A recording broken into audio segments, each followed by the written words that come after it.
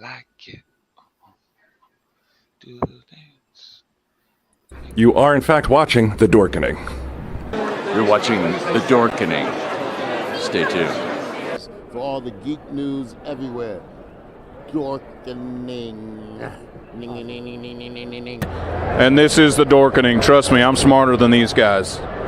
Because The Dorkening is the best and most educational entertainment and information source that the Trauma Team knows of. It's the best. The Dorkening.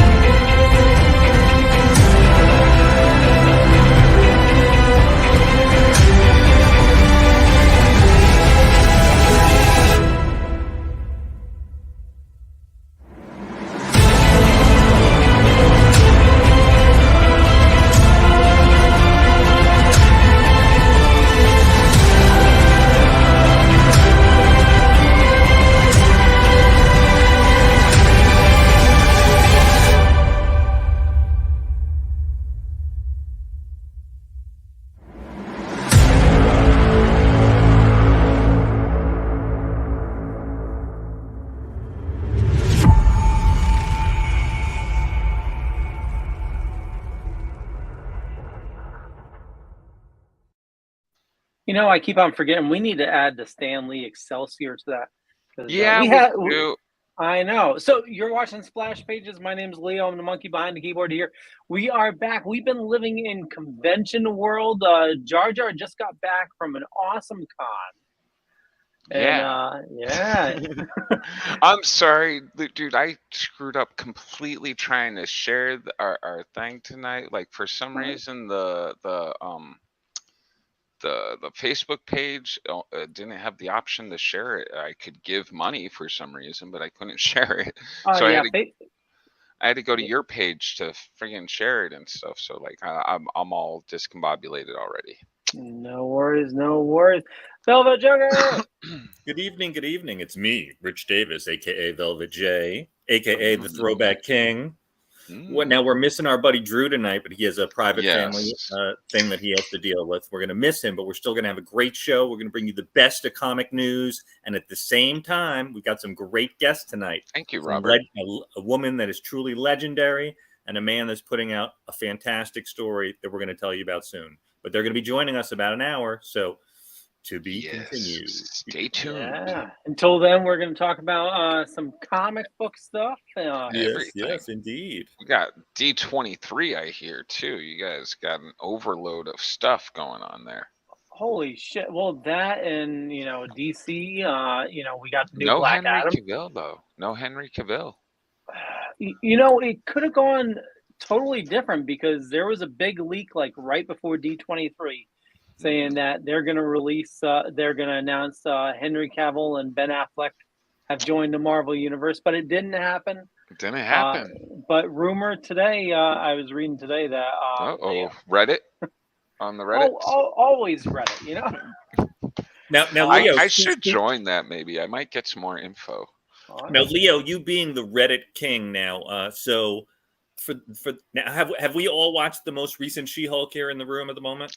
I have not, but that's okay. No, dude, I watch it with my kids. Okay, well this will not ruin anything for you. But I know about the weird lady being shown on it. I don't care. Yes, the weird lady being Madison. Madison, yeah. Yeah, I call with her... With an N or with the Y? I don't know. With a Y, but not in the place that you were think it was. Yeah. Exactly. I don't know what the hell that means at all. I think she's the most charming drunk since Jack Sparrow. Oh, nice. So... I was watching a deep dive into that episode, and they're all about Mephisto confirmed. Yeah. Oh, is Jake Mephisto? That's what I was going to ask you, Leo. What is Reddit saying? Are they all aflutter? Well, on the video I watched, it was because the goat had the Jake name tag. Yeah. And she came out with the heart and. And why does Jake equal Mephisto then? I don't know why. I thought you went down the Reddit rabbit hole. What happened? I've been running. I've been blah blah blah. Hey, somebody had to run Jar Jar's panels this weekend. Yeah, right. Ben was taking all the credit, but it was really Doug from inside the box. Yeah, they when I had them hook up everything, we pumped me through the PA system. So that I could talk. Yeah, I could talk to everybody. You were truly the Professor X of the con, Leo. He's like my Ed McMahon to my Johnny Carson. I love it. Nice. It was Listen, Jar Jar, you're giving a lot of love away to everyone else lately. I'm starting to get a little jealous. I'm sorry, Rich. I haven't played. I was nice to Steve Van Samson. You almost punched me in the face. Jesus Christ. Why? I didn't. Who did a really great job, by the way, in Leo's stead last week. He did. He just, I like Leo. I'm sorry. Leo's my love. Hey, we're it's a little bit. It's okay. We're all family here. I know. Should be getting. We're just having fun. We're just having fun. A ton of hits on the website for podcasts. Nice. That's new. It's 20 milligrams, so I only gave you one. Yeah. Yep. By the way. So, Leo, what's on the agenda with D23? Tell us what you know. Yeah. So obviously the big reveal, Werewolf by Night, we're getting next month. Is that real?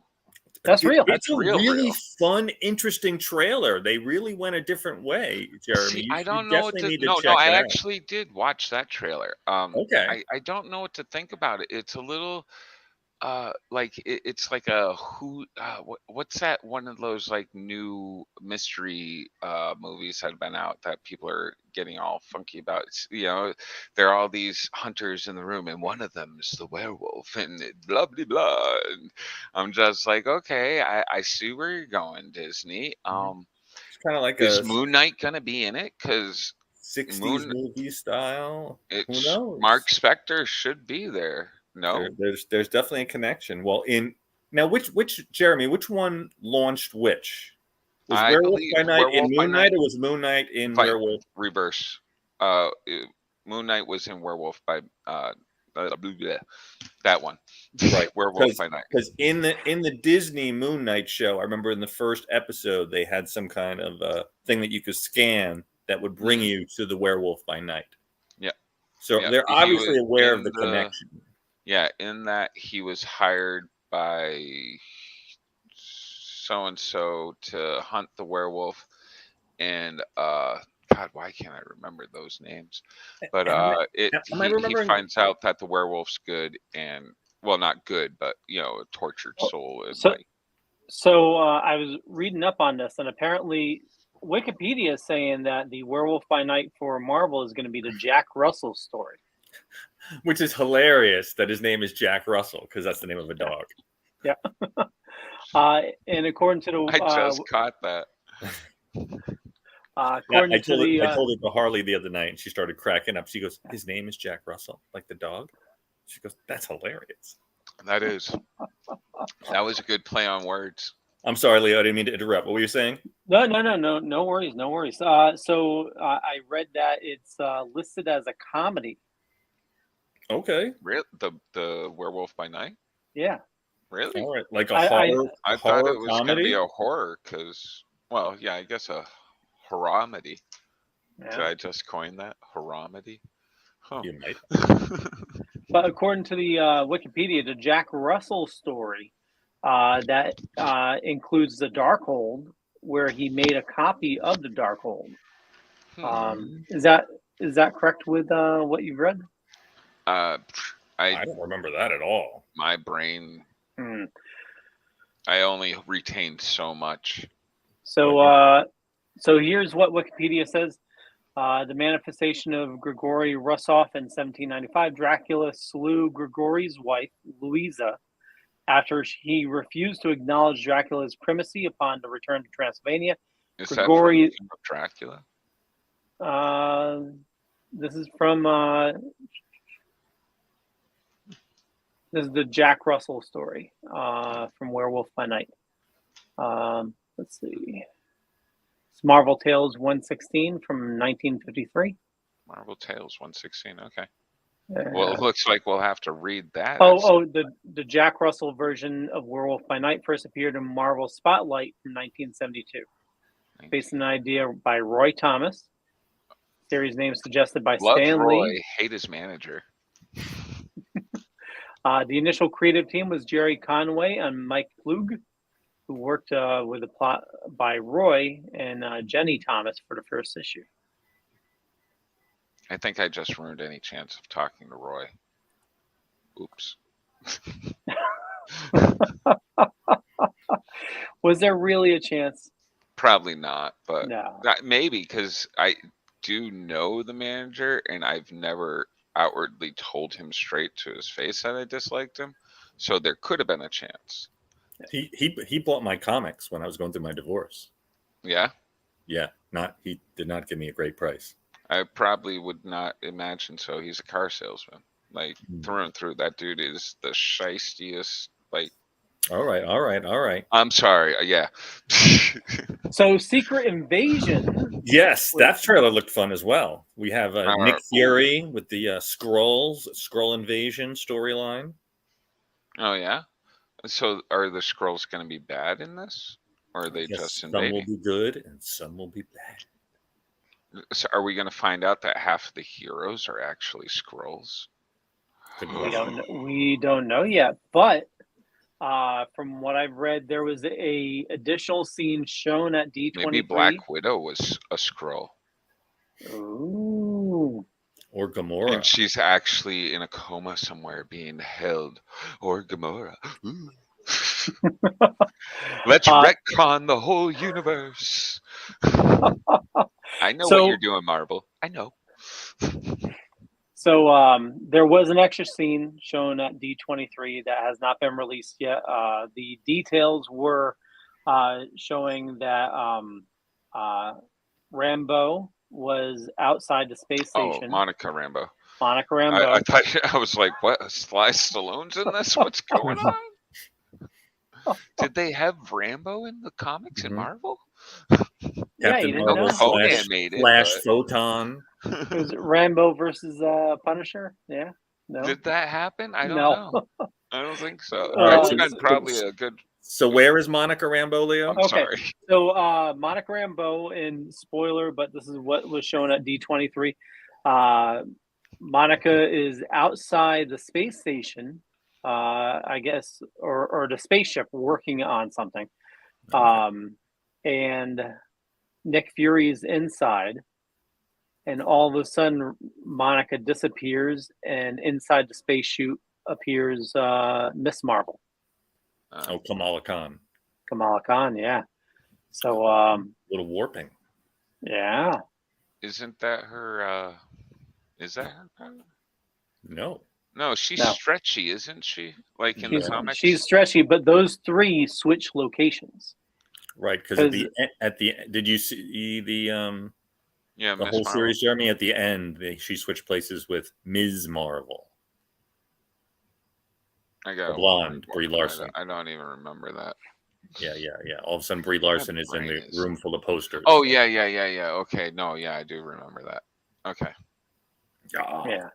Yeah. There was no trailer, but also announced was on the Armor Brie Wars. Larson. On the Brie Larson front. Did you guys catch her comment? That fans seem to be rallying towards her. I can't say it off the top of my head, but something to the effect somebody had asked her if she was coming back, and she was just like, do you guys want me back? You know, kind of in a, kind of like, there's been so much hate for her. Mm-hmm. Like, why would she want to do it anymore? And I feel her on that. Those people are fucking relentless. Well, she's already doing the Marvels, so she's already slated to do it for another few years. So, but I'm just saying on her comment, I know she's going to be doing it more of it, but like, I just the hate from the heathens out there. It's just so much. Always so much. I mean, the lady has won Oscars and stuff. Like, she's no slouch. Well, just the, I don't know, just the idiots that pour this hate, just do they fear women or something like that? I mean, it's just, it's like the same people saying like, why do you have to make Hulk a girl? It's like, what the fuck? She-Hulk has been around since the. It was because 70s, Stan Lee was afraid that the TV people were going to make one, and he was getting out ahead of it. He was like, I ain't going to let them take my money. Let me tell you, Marvelites. Yeah. But no, like, yeah, like, I really don't understand the hate at all for She-Hulk. I haven't watched the newest episode, but like, it's been so much fun.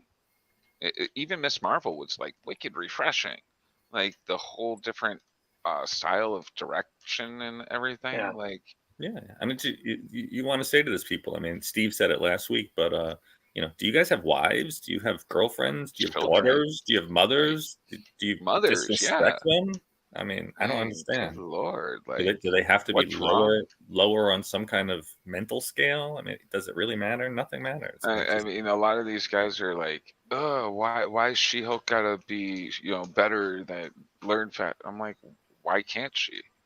Like, it makes sense. Women mature at a much faster rate than men. Like, they learn. Like, I don't know. It's just crazy. And their brains work totally different. Like, we joke about it all the time. My wife will. I admit my wife is way smarter than me, and just like they usually are. That's what attracts us to them. Totally, and we say, oh, it's girl brain because it's superior. It's just she can figure things like things that were obvious to her. It's like I didn't even consider. So it's like I overcomplicate things. There you go. Yeah. All right, on to the next stuff. Okay, so I held that up too long. No worries. So She-Hulk, actually, there was a spoiler in the pre-release version. The titles. So She-Hulk, she has she goes out on dates, and she ends up on a really weird date. The guy is like asking like, can anything pierce your skin and stuff like that. And in the credits, he's listed as Hulk Todd. But in the final version, it was just Todd. So some people are saying that he could be, is it Madman? Madman, yeah. He's the leader's brother. Because the leader was Sam Stearns and Madman was Phil Stearns. And he was interested. I guess he was around in the days when Bruce first got the government contract to work on gamma rays, and he was jealous, and eventually made himself into Yeah. Madman. Well, and they did announce that he's coming back. Yes, the leader is expected to be in Captain America 4. Supposedly the same actor that was in the Hulk movie that played Sam Stearns. I do not know that actor's name, unfortunately. I saw a photo earlier today, but yeah, I also don't know the name of the actor. But that's great news to see the leader. I was hoping to see him possibly at the end of She-Hulk or somewhere in that series, but I'll take him in Captain America. Maybe they're going to do a Cabal or an Intelligentsia possibly storyline. We're getting Wolverine from She-Hulk. I'm telling you, there was already a little teaser in it, and I think that's where they're going. Feeling it? Yep, I feel it. How big would that be? That would be insane. Fucking shock everybody. It would be well. Perfect. They haven't announced who the actor's going to be, right? No, I don't think so. No. Right. They haven't even announced anybody for Fantastic Four yet, except the director. Okay. So that was also at D23. So Captain America: New World Order, Armor Wars was announced as well. Don Cheadle's coming back for that. And Thunderbolts. Mm-hmm. Anybody care? Yeah, I'm not sorry. I'm not really excited about that one so much. I mean, look, I know you didn't go see the Yelena Belova movie, Black Widow. Yeah, the Black Widow movie. You didn't see that, but she was a good character. Yelena was a good character. She also came back in Hawkeye. Right. Did she? Forgot about that. Yeah. Yeah, she Black did. Widow was in Hawkeye? Oh, yeah. Yep. Huh, missed that. Oh, I only watched probably the first 3 episodes so far. I kind of fell off. I wanted to watch it because it seems like a cool Christmas show. But, yeah, I missed it. Oh, D23 kicked off with the Marvel Hall. Kicked off with... Rogers the Musical. Rogers the Musical, yes. They did a thing from Rogers the Musical, apparently. Yep. Very cool. So it's just a matter of time that we see that on Broadway. Yeah. So Thunderbolts, so far they've announced it's going to be Bucky Barnes, John Walker, Taskmaster, and Red Guardian, Ghost from Ant-Man and the Wasp, and Julia Louis-Dreyfus's character. Okay. Yeah. Yep.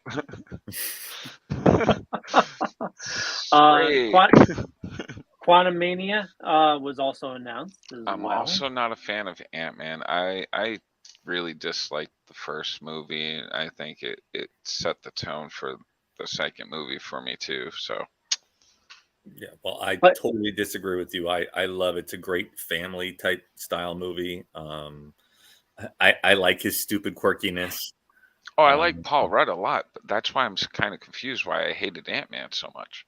Yeah, I don't know either. I thought both movies were fun. I mean, they weren't 100%, but they were decent and certainly entertaining.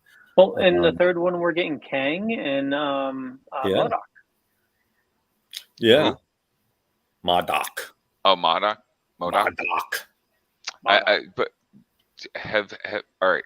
We don't know which version. We don't know which version. Yeah. I want to see what MODOK looks like. Then I have to see it because I like MODOK. I think that's a image released today. Let me see if I can pull it up. Oh, did it? A real one? Yes. Really? Well, it was leaked. Let me see. Maybe like they'll do both, and like one will be like his, I don't know, some kind of robot for him. So he doesn't get hurt, like a decoy of sorts. Oh, Jesus Christ, no. Yeah, that's an early. We were hoping that is not it. That's one of the other. Well, it looks like it's armor, so that maybe he's gonna fall off of him, and we'll get a Krang face underneath. No, Shredder.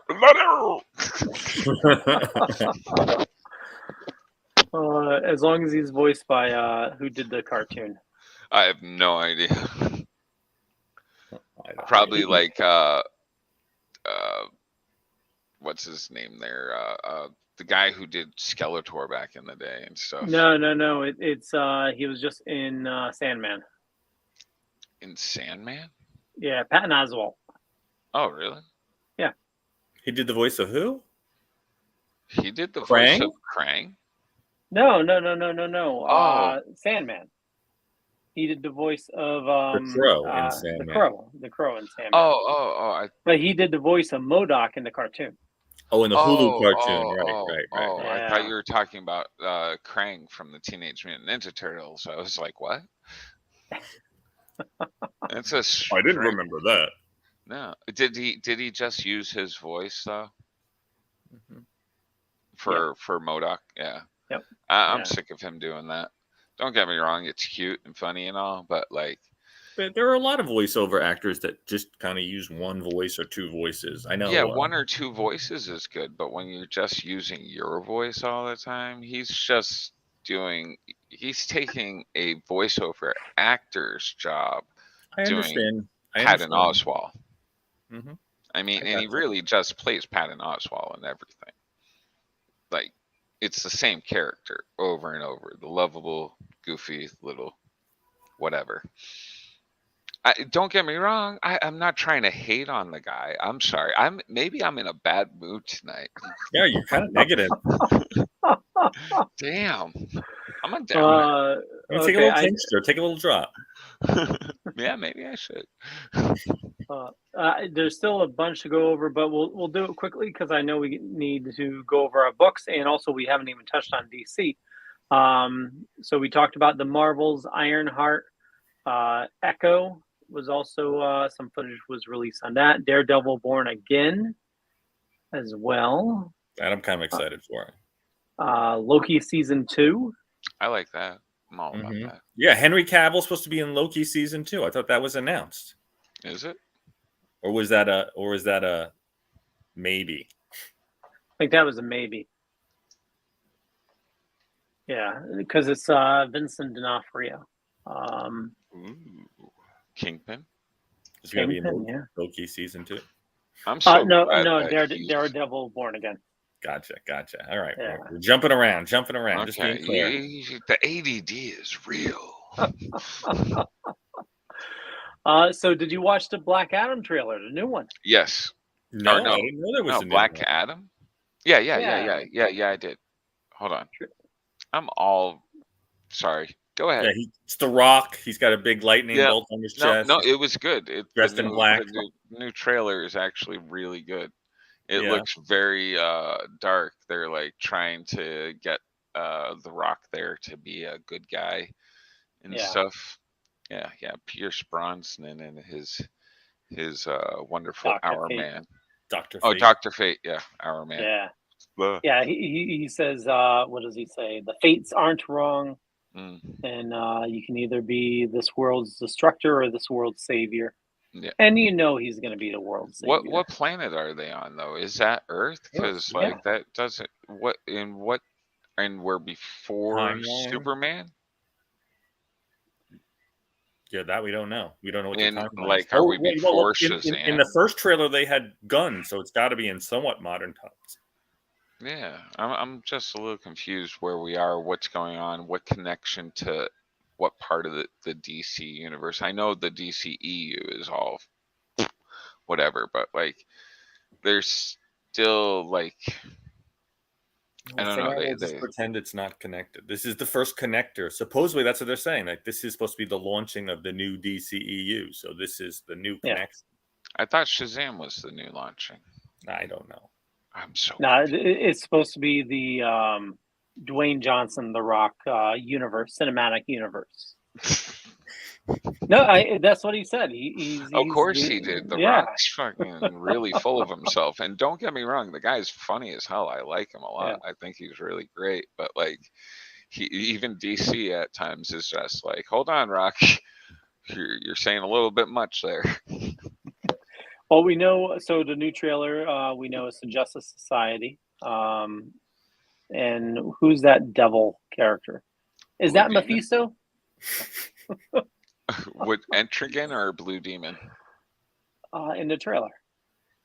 I didn't see the. Oh, are you talking about? It looked like it was actually what's his name? Darkseid's boy there. Why can't I? Calabac? Huh? Calabac? No, from Man of Steel they used, or not? Was it Man of Steel? Dawn of Justice? I don't know. What the Darkseid's son is it? Orion? No, it's not his son. It's one of his generals. Comes out in New Gods #7. His Steppenwolf. He looked kind of like Steppenwolf from. No. I think so. The big thing you were talking about, right? The real big, like he was horns? red with horns. He looked like Satan. The big one, right? I don't know. I'll have to go back and look. But I think go back and watch it. big one with big red one with horns. See, only in DC I know is Surtur. Yeah. Oh no. That's the Thor one. Raven's dad. Trigon. Oh, Trigon. Trigon. I apologize. I was DC Marvel and switching. Yeah, worries. That was actually something else announced. Titans season 4 in November, coming in November. Is that going to be the final season? Are they killing the TV series? Yeah. They didn't say. No, I've watched this whole series. It's okay. It's a step above CW. The loss of Hawk and Dove was tough, but we'll see if how they proceed with this season. You know, some good, some bad. It's not 100%, but I still have found it to be entertaining. You know, I still love seeing all these characters on TV and in the movies. I almost can't get enough. If you give me a good storyline, I'm going to enjoy it. Well, speaking of storyline, DCEU actually kicks off today. Flash #1, the tie-in to the movie, came out today. And Batman and who else? Batman gives the Flash his new suit. Oh, the new Flash trailer? In the tie-in? In the tie-in comic that got released today. Oh. Okay. All right. So is the Flash going to be part of the new DC, or is this just a standalone movie coming out with the Flash, and that's just it?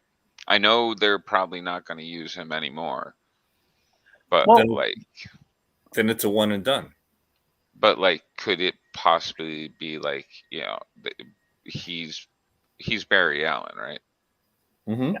So could there possibly be a connected to a I don't know, a Garrick or any of the other ones? Well, supposedly, everyone is guest starring in this. Supposedly, that's what they all said, and I hope that is not a lie. But God, it just doesn't sound possible. It's almost like a fan made it. So here's what I predict. I predict that by the time the movie comes out, he's been in talks with WB. And I think he's been seeking help. Enough time would have passed. Maybe he goes in rehab or something like that, and then they try to brush it underneath the rug.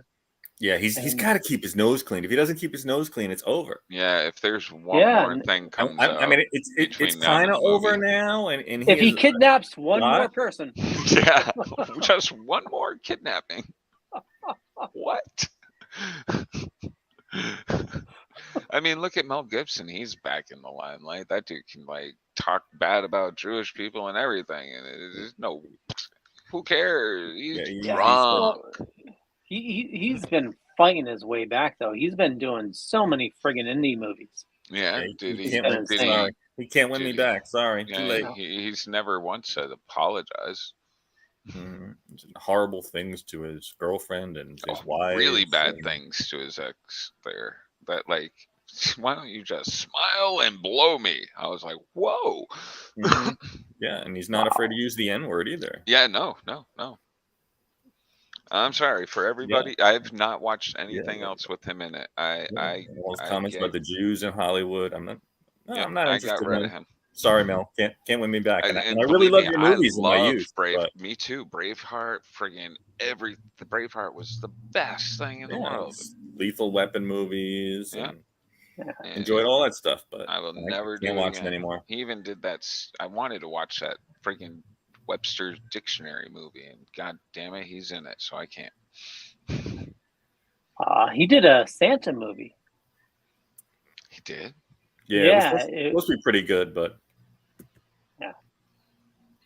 It's I like my Santas coked up. No.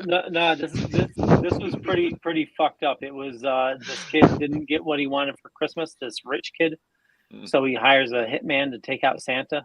Nice. And Mel Gibson's playing Santa, so it's a hitman trying to take him out. So it's it's pretty fucked up. Jeremy, speaking of the Santa you just mentioned, that Tim the Tool Man. Yeah. Yeah. He's on D23. There's a trailer. He's got another movie, and the premise is that Santa is going to retire after this Christmas. Oh, so he's looking for a replacement. Oh, okay. Why doesn't his kid replace him? The girl. It's going to be a girl Santa. We're going to get the crazy hate now. Stop being woke. Yo, hey, Dale, what's up? Yo. Or he had a daughter, right? I don't even remember. Maybe it was a son in the movies. I watched the first one or two of those movies. There was only 3. Yeah. I don't know. Santa Claus, the movie. Santa Claus, the Santa Claus. And I forget what the third one was. Jack Frost or something. What's his name was in it? The little guy from Murders in the Building. Oh, yeah. Martin Short. Didn't they make like a fourth without him or something like that? Did they? Well, that's probably why I didn't watch it. Yeah, maybe. The last item today, it's rumored that Hush is going to be in Batman. Yeah. I heard they're doing a sequel to it. Hush. No. That Wait, Hush is going to be in what, Leo? No. The Batman 2. Hold on. The Pattinson thing? Yeah. Okay, I didn't know they was getting a second movie. I thought that might have been a one and done too. But also, there is going to be Hush Part 2, the storyline. So then the question Jim Lee and them. But wait a second. It's going to be Hush Part 2. Shh. Now, does that mean Pattinson is in the he's in the Black Adam universe? They haven't announced that. They may keep it just separate. Okay. Maybe that's a young Batman storyline. Maybe that's the way to go. Just make everything its own separate universe and separate stories, and let nothing be connected. Yeah, I agree with that. Because they can't follow the Marvel formula, and when they even slightly attempt it, people bitch about it. Yep. Well, time will tell. I know we have books to cover, but just wanted to say, if you're going to be picking up comics this week, Batman versus Robin #1 came out this week, along with the Flash tie-in. Alfred is back. What? Yep. Who? Alfred is back. Let's guess. The Pit. Don't know. Lazarus Pit. No, I read the issue already, and they don't say. They don't explain it? He just exists there? He just explains it, and the whole storyline's about magic. Magic? And yeah, it's... And he's just there? Bruce is in the Wayne Manor to get his keys or something like that. There's a knock at the door, and it's Alfred. And he's trying to... He's trying to warn Bruce about Bane has Damian and all this danger, and it's everything happened right when he died. So oh no, it's Clayface, it's a clone. So they cover that. Okay. Bruce is thinking, could it be Clayface? Could it be blah blah blah? And then he says, then there's a page going, we spend so much time going over things only Alfred would know. Like he knows how to set the clock. He knows how to open the door. And so it's supposedly it's Alfred. So now, Leo, I don't remember. We read one that one of the storylines where after Alfred dies and he leaves Bruce like this letter that he finds afterwards. Yes. Yes. Since you read this, no connection to that though, right? No. Nope. Interesting. No, that was just a letter that was a totally different storyline. No, I know it was a different storyline, but I just wanted to know because that's supposed to be after Alfred was dead. Yeah. That he found that Bruce found that letter. So since now Alfred is back, I was just wondering if they made any connection or reference to that letter. No, it's only one issue so far, and just the dialogue was just Bruce trying to confirm that it was Alfred, and then it goes into Damian fighting Batman with two friends. Okay. Yeah. Alrighty then. Okay, so what book do we want to cover first? Do we want to cover the Mad Love or Batman Annual or Batman 44? Let's go with Batman Annual. Batman Annual. Okay. And this is the one jar. Since we were having guests coming in at 9:00, guys, we decided to do 3 one-shots. Composed Batman stories in one story. Look at that beautiful. Hold on, you skipped over the Neil Adams cover, Leo. Look at that. Good old Neil. Batman Annual number 14, In the Eye of the Beholder. Circa what year, Mr. Leo? Our Charles Xavier. What was happening back in 1986? Our man in the chair, as they say in Spider-Man. 1990. Actually, oh, it is 90. Yeah, it's the beginning of the 1990. downfall. It's the beginning of the 90s, folks. Comic books, how they survived, we don't know. Yeah, I know. I bought this issue, so it definitely had to be part of the downfall. Yeah, I bought it. Yeah, so this came out July of 1990, and the writer was Andrew Helfer, and penciler was Chris Sprouse. Inker was Steve Mitchell, colorist was Adrian Roy, and letters was John Costanza. And the editor at the time. You can notice, actually, they don't credit Bill Finger in this. Really? They do not. The very first page, only Bob Kane. Yeah. Batman created by Bob Kane, yeah, and Denny O'Neil was the editor at the time. Yep. So this was another retelling. Was this the first retelling of Two-Face, or was this We'd need Drew here to tell us that kind of info, I think. Like, if any of you can channel Drew right now. We do not have our encyclopedia, Drew, tonight. Yeah. But Jar Jar, what year did DC acknowledge Bill Finger? Not until 2015. Okay, actually, so was Bill Finger actually? Yep. The first thing he was acknowledged on was season 2 of Gotham, and then was it Dawn of Justice? I think the movie. Yeah, I believe so. Yeah, and yeah. Not until 2015. Now everything has his name on it that comes out, but yeah. Awesome. 2015. That's a crazy long time to not have your name on something you created. Ooh, okay. So this story served as the first retelling of Two-Face's origin in the post-crisis continuity. Oh. However, most of the events have been overwritten by the limited series Batman: The Long Halloween. That's probably why I picked it up. I normally didn't pick up annuals in being a retelling of Two-Face's origin after Crisis. Makes sense. It says this story also refers to Harvey Dent's wife as Gilda and Grace simultaneously. Oh. I didn't pick up on that. No.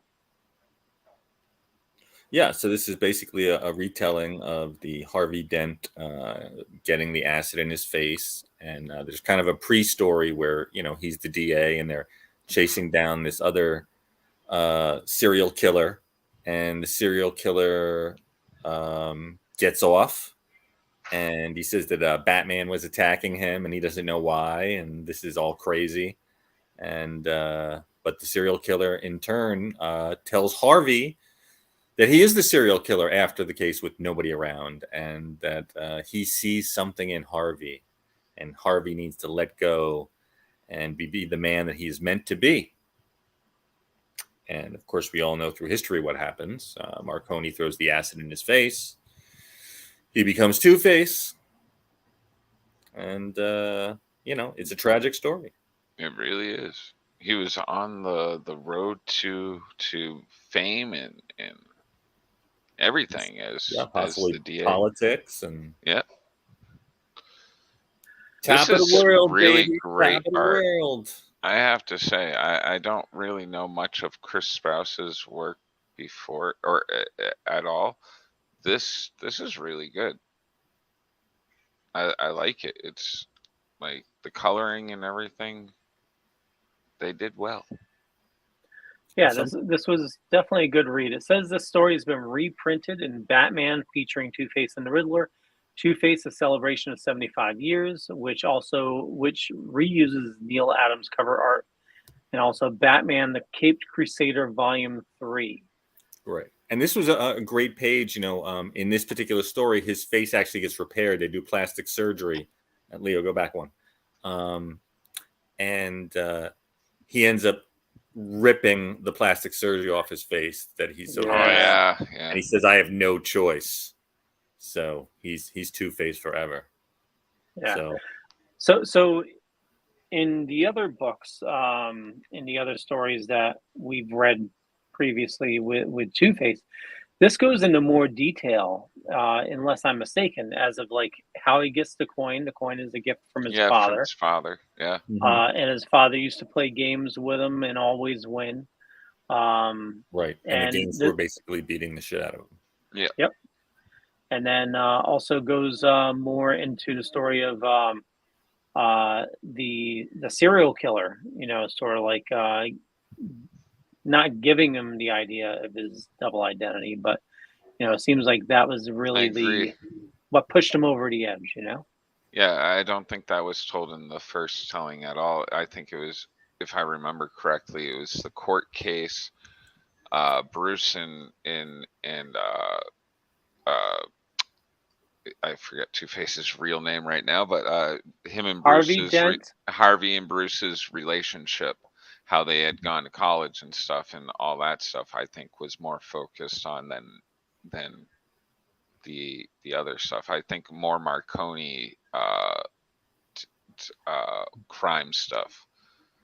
Yeah, I don't recall any of the serial killer in it. Yeah, so do we want to rate them all at the end, or we want to rate them now? Well, we could possibly do them one at a time, I guess. Okay. I would give this art and story-wise, I would say we're at probably like a 4 4.25. What are we giving them? Crowbars? We might as well just crowbar right signals. Let's crowbar right there. Okay, so 4.25. I like this art and story, especially adding more with the serial killer and stuff. Yes. 4.25. No. What's that, Leo? Go ahead. No, I was just going to give it a straight 3.85. 3.85.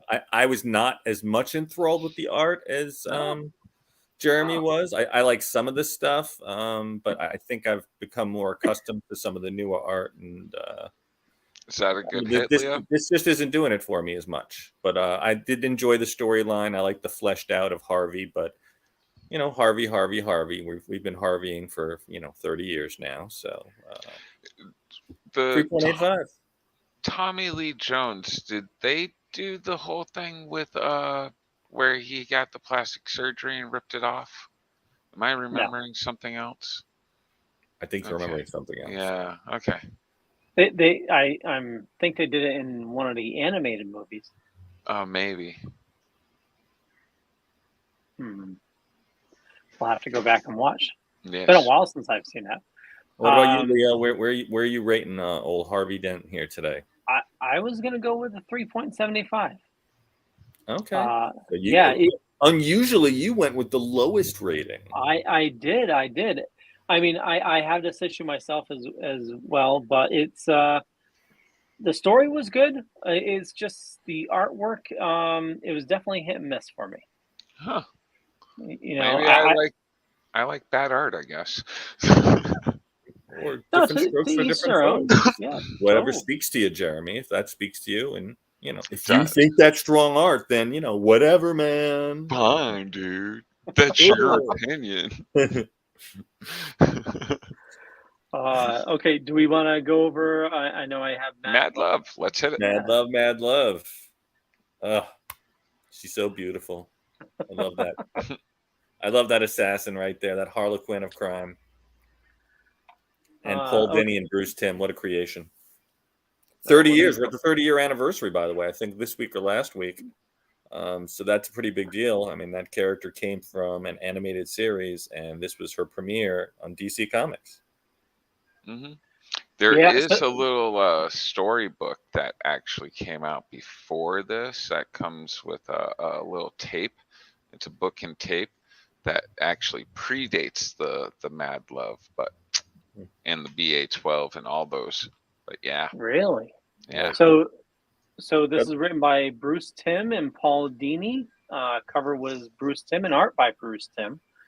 And this is from Batman Adventures from 1992. And let's see. Was there an issue, or was this just a graphic novel? Just the graphic novel that came out like this. I thought it was a. Oh, you have it. Yeah, right here. It's all in one shot. So did the book come out first, or the animated series? Oh, I don't. First. Well, yeah, the animated series brought her first. I don't know on this particular storyline which came first. I believe this episode. This storyline was an episode in the animated series. I thought it was. Yeah, it was. I don't recall it, but like perfectly, but it felt very familiar. Yeah, definitely. And it reads just like one of the animated series episodes, so it doesn't surprise me at all if it was. Yeah, I just hear Mark Hamill's voice reading this. Oh yeah, dude, I totally did everybody's voice in my head. Kevin Conroy, the whole cast was same there. Here. Yeah, I was just like Harley. Who did Harley's voice? I forget her name. Tara Strong. Yeah. Tara Strong. Yeah. I was hearing her the whole time. Even though I'm watching Harley Quinn on HBO. Voice, and I don't even know who does that. Oh, yeah. Yeah, you totally forget Kaylee Cuoco while reading this. Yeah. Yeah. I have to say this really tells right from the beginning how just hard of a relationship this is. Like, good lord. It's totally abusive. Oh, it is it's just like, wow. It is. Us 90 kids were all about it. We were just like, this is great. Oh man. The only thing. Oh, sorry. Go ahead. No, I was just going to say, I know this. It's really tough, Jeremy. I mean, there's nothing worse. I mean, I don't think a man should ever hit a woman. Oh no.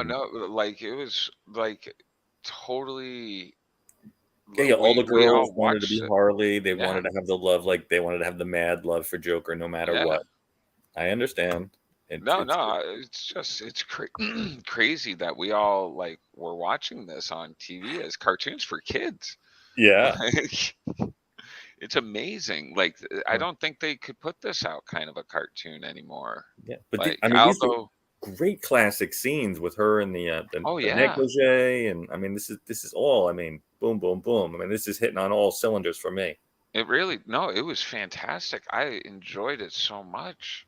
And the art's very much like the animated series. It really is. I'm telling you, from beginning to end, I read this in maybe 3 minutes. Like, I was just like, phew. It was such a quick read. Clearly, you and I have read this before, Jeremy. Leo, have you ever read this before? Yes. Yep. Okay. All right. Yeah, I think we covered this on Dark Knight one time. Love the whole where he goes through all of his different stories about, like, I remember so many different of Joker's origin stories. I thought that was great. And Harley falls for him, and then when Batman's like, did he tell you the one about this, or did he tell you the one about that? And she's like, you mean I'm not special? Yeah. Breaks her heart. It hits. It's like really emotional. I'm telling you, like this, like she's looking for that right there. The family. She wants to have all of that. It's Lenny Schwartz. Is it already 9 o'clock? It's already 9 o'clock, guys. Oh my God! Wow. We how have run Hi, late. Lenny. How are you? Good to see you guys. Good to see you again. Nice to see you. Good to see you. I'll let you guys finish what you're doing. I'll just hang back here. Oh no, it's great. No, welcome. We were lost just going Leo, over. We were going over Harley Quinn, the origin story that came out in DC Comics, and we're trying to, because of our two guests tonight, which we haven't announced yet who they are. That's one of my favorite outfits Joker wears, by the way, when he's on the boat there with the hat and the trench. Love that purple.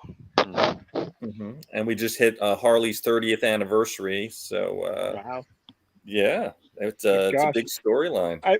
I remember that Mad Love. I bought it off the stands. Was it 1995? 92. 92. Oh my God, I'm getting old. Yeah, we are. Yeah, we are. Not as young as we used to be. So we should, I guess we guys should introduce our first guest. Oh, yeah. So we have here Lenny Schwartz. Hey guys. Who is the writer-director of the new Bill Finger play. And he's going to tell us all about it tonight, aren't you, Lenny? Absolutely. Whatever you guys want to know, I'll be happy to go through it with you guys. Awesome. We're excited to hear that. And so this is Leo. He's our captain. And Jar Jar Jeremy, and you and I have been emailing back and forth. Absolutely. And we have someone else coming in a few minutes. We have our guest, Athena Finger, who we've had on before, who is the Empress to the Bat Empire legacy. Nice. I love Athena. I haven't seen her in a week, I think. I've been seeing her a lot on cameras and what's it called? Zoom. So, I mean, I'll be seeing her in a couple of weeks. I think she's going to the New York premiere, so I'll see her in about 3 weeks. So I'm excited about that. Wow, awesome! Yeah, very excited. So ask away, guys. I'm at your disposal. What can I help? What can I answer for you guys? Well, okay. Leo is back. Sorry, I was. Yeah. No, you want to set it off, Jeremy? Because I know you've done a ton of research. Oh no! You go ahead. Lenny. I'm here. Our other guest. Oh, look at that. Of the Bat legacy, Athena Finger. Hello. Hello, good evening. Thank you for joining us this evening. Thank you for having me. Thank you. Now, there are people still out there that don't know that you, Athena Finger, are the granddaughter of the great Bill Finger, who is now credited since 2016 as the co-creator of The Batman. Yeah, there's still people learning the true history of Batman. That's okay. We educate them. One of the books we read tonight actually only credited Bob Kane as well. So, we made sure to point that all out and such. Yeah, because that's thank you. 1996. So, we hadn't dropped who our guest was, so Jeremy was dropping a little hint. Yes. little Easter egg before our guests were dropped. We're like a Marvel TV show right now. Absolutely. Now, Lenny, yes. Before you got in contact with Athena, now what is your background? Can you tell us a little bit about you before this whole project has come to be? This is well before 2014. I always tell the story that I started off writing plays back in 1996. And I learned about Bill Finger back when the first Batman movie came out. I was actually working for a comic store. Probably, I think it was definitely under the table. I was 13 years old, and Batman and Me just had come out because the movie had come out. And remember it being on the shelf, and the person who was running the store says, don't read that. He goes, let me tell you about Bill Finger.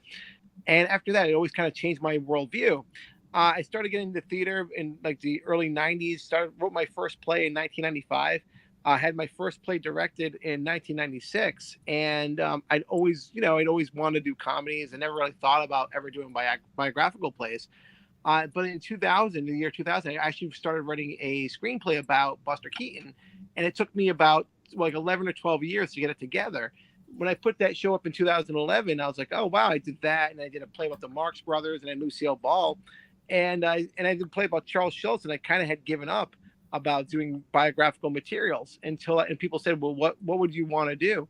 And actually, I always said there was always like, three things plays I always wanted to do. One was the story of Bill Finger, though, biographically. And, literally that next year, I literally bumped into Athena at in the 2014 Comic-Con, San Diego Comic-Con.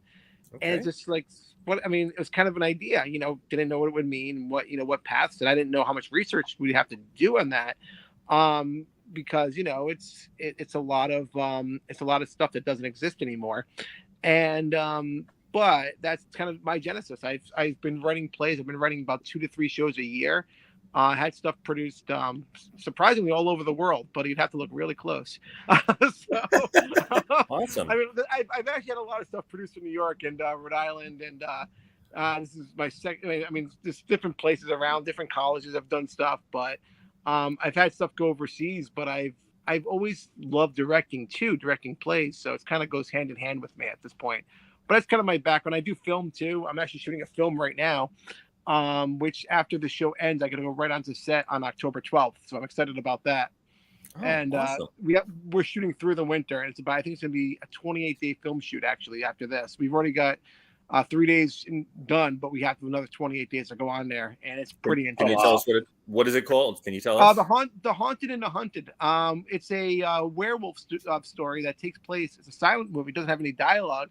It has music and sound effects, but there's no dialogue in the film.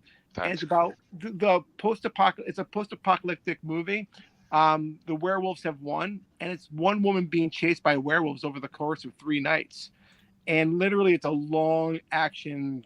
The whole thing's action.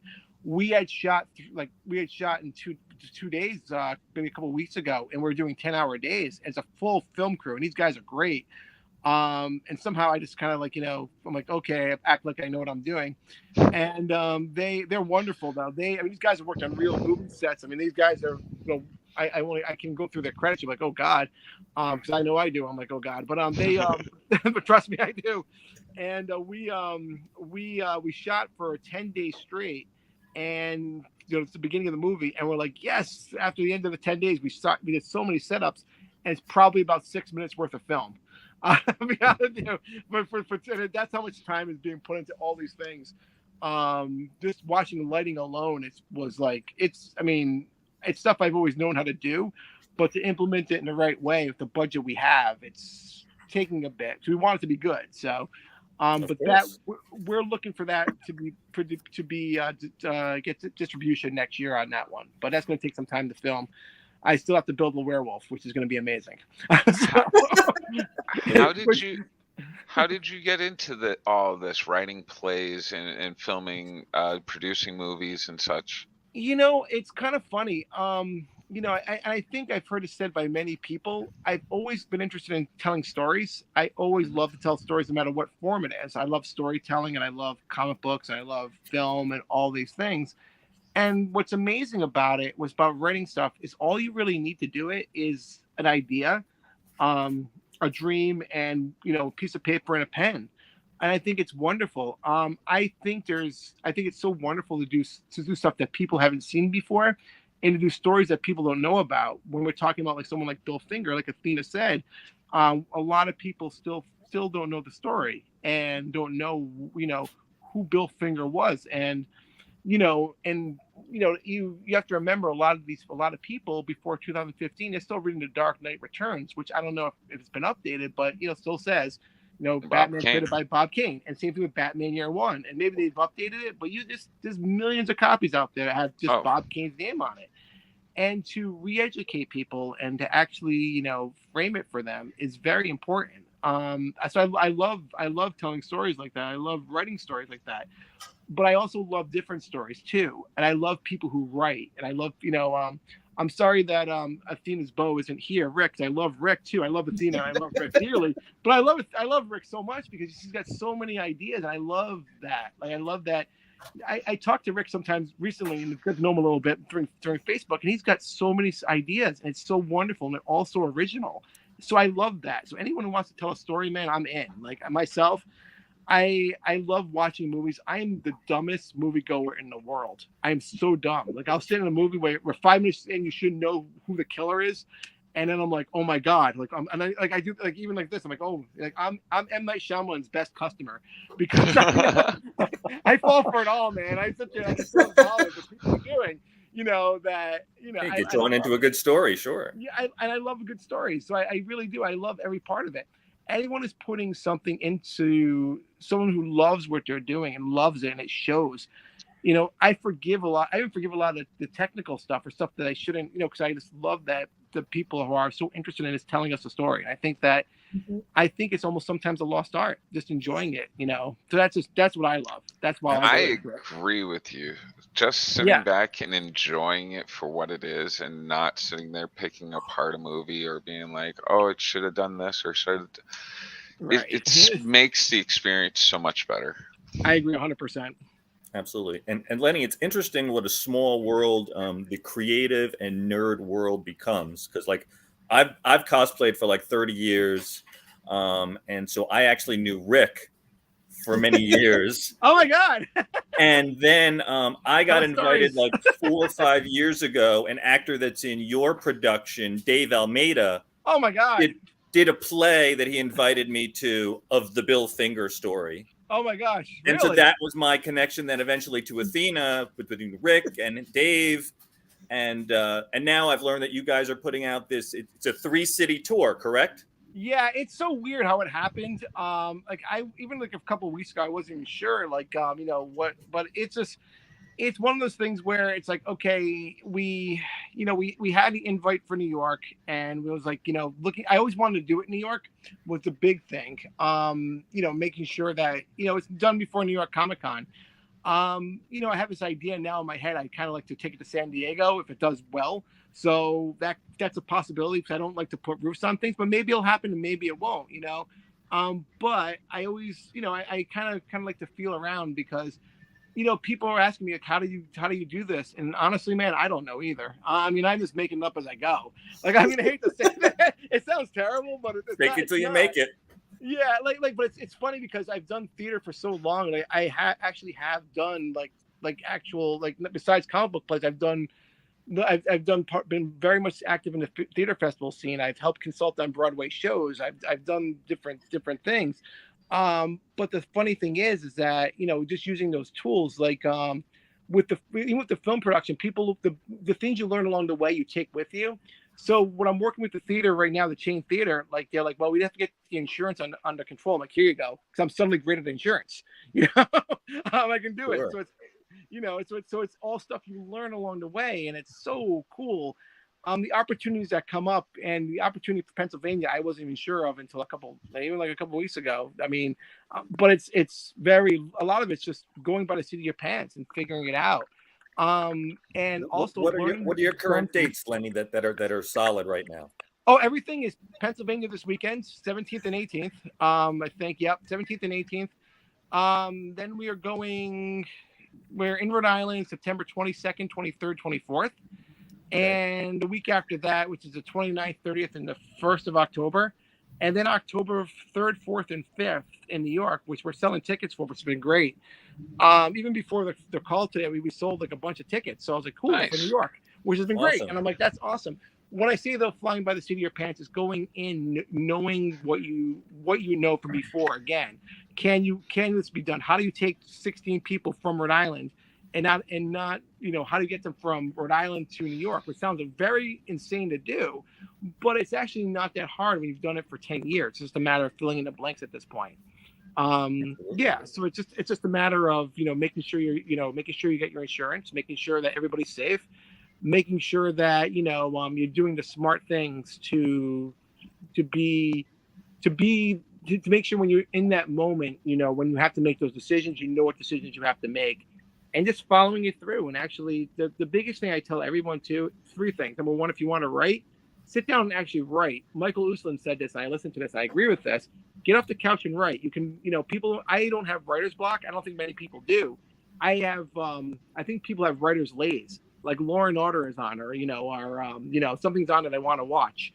I want to watch a TV show, so they don't really see. They put it on for the next day. Do it now.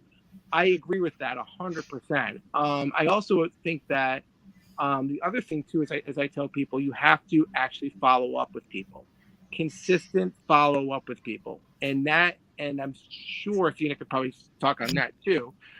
I find it very hard when people don't follow up or respond to an email. It's not that hard to give a thumbs up on Facebook. It's not that hard to say, hey, I received this. I'll get back to you when I come back from vacation. Mm-hmm. You have to, because a lot of things is you have to be in communication with people. And number 3, you have to create a safe environment so people want to come back and work with you. And those things are very key to me, and they have a good experience, and do the best show you possibly can. So I'm totally rambling, so go ahead, guys.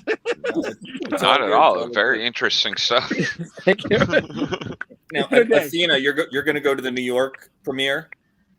I am. I'm going to the New York premiere. Unfortunately, I was not able to join in the Pennsylvania festivities. I'm going to be in New York City this weekend for Batman Day. Nice. I'm doing an event with Ray Felix, who does the Bronx Heroes, and he coordinated an event in Poe Park. So. Yeah. In the Bronx, It'll be a lot of fun. I'm looking forward to that. And then definitely New York. Super excited to see the new vision of Bill Finger, Rise of the Bat. Mm-hmm. Now, and I saw your name on some of the stuff, so you did have some involvement in this. Yeah, I mean, when Lenny wanted to rework the play, and we were kind of trying to put together a screenplay and come up with something, but couldn't come up with anything that really resonated, but it was great as a play. So we really wanted to make sure that we brought in some elements that were kind of missing, and give it a different spin a little bit. So, I'm not going to give it away. Okay. All right. Yeah, we got to see it. Can you tell but it was those? Really nice to have seen the first version of it back in 2015 and be able to be part of that process of revamping it. And I really do like what we have put together, and I can't wait to see it on the stage. Apparently Lenny has found some amazing actors, so I'm definitely excited to see what they bring to the characters and stuff like that. So yeah, no, it's been a great thing. And my sister was part of the process.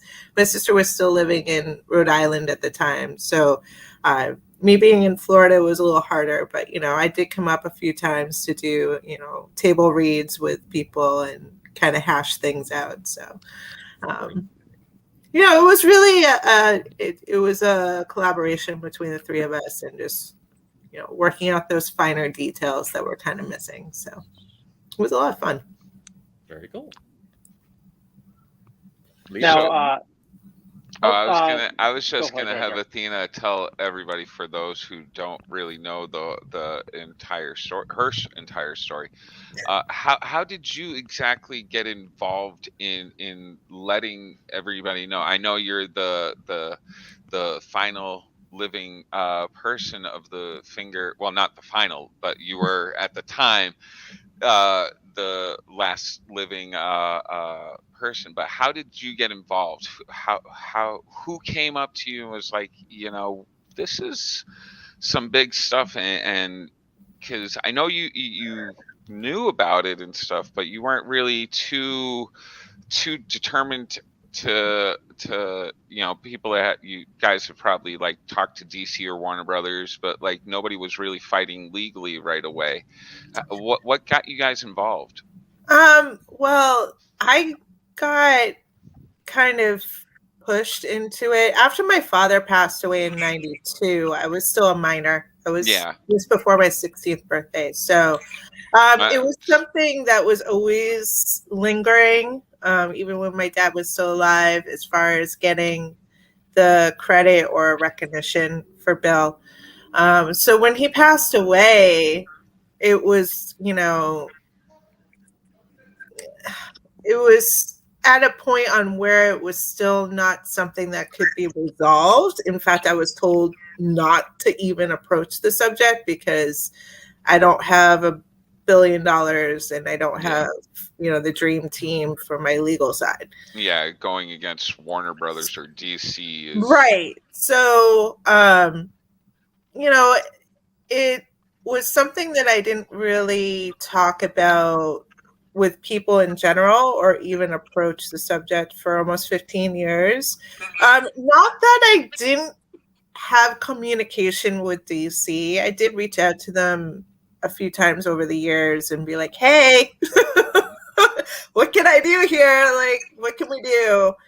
And never really getting any resolution. So it wasn't really until about 2007 that Mark Nobleman got in touch with me, who was researching my grandfather for a book.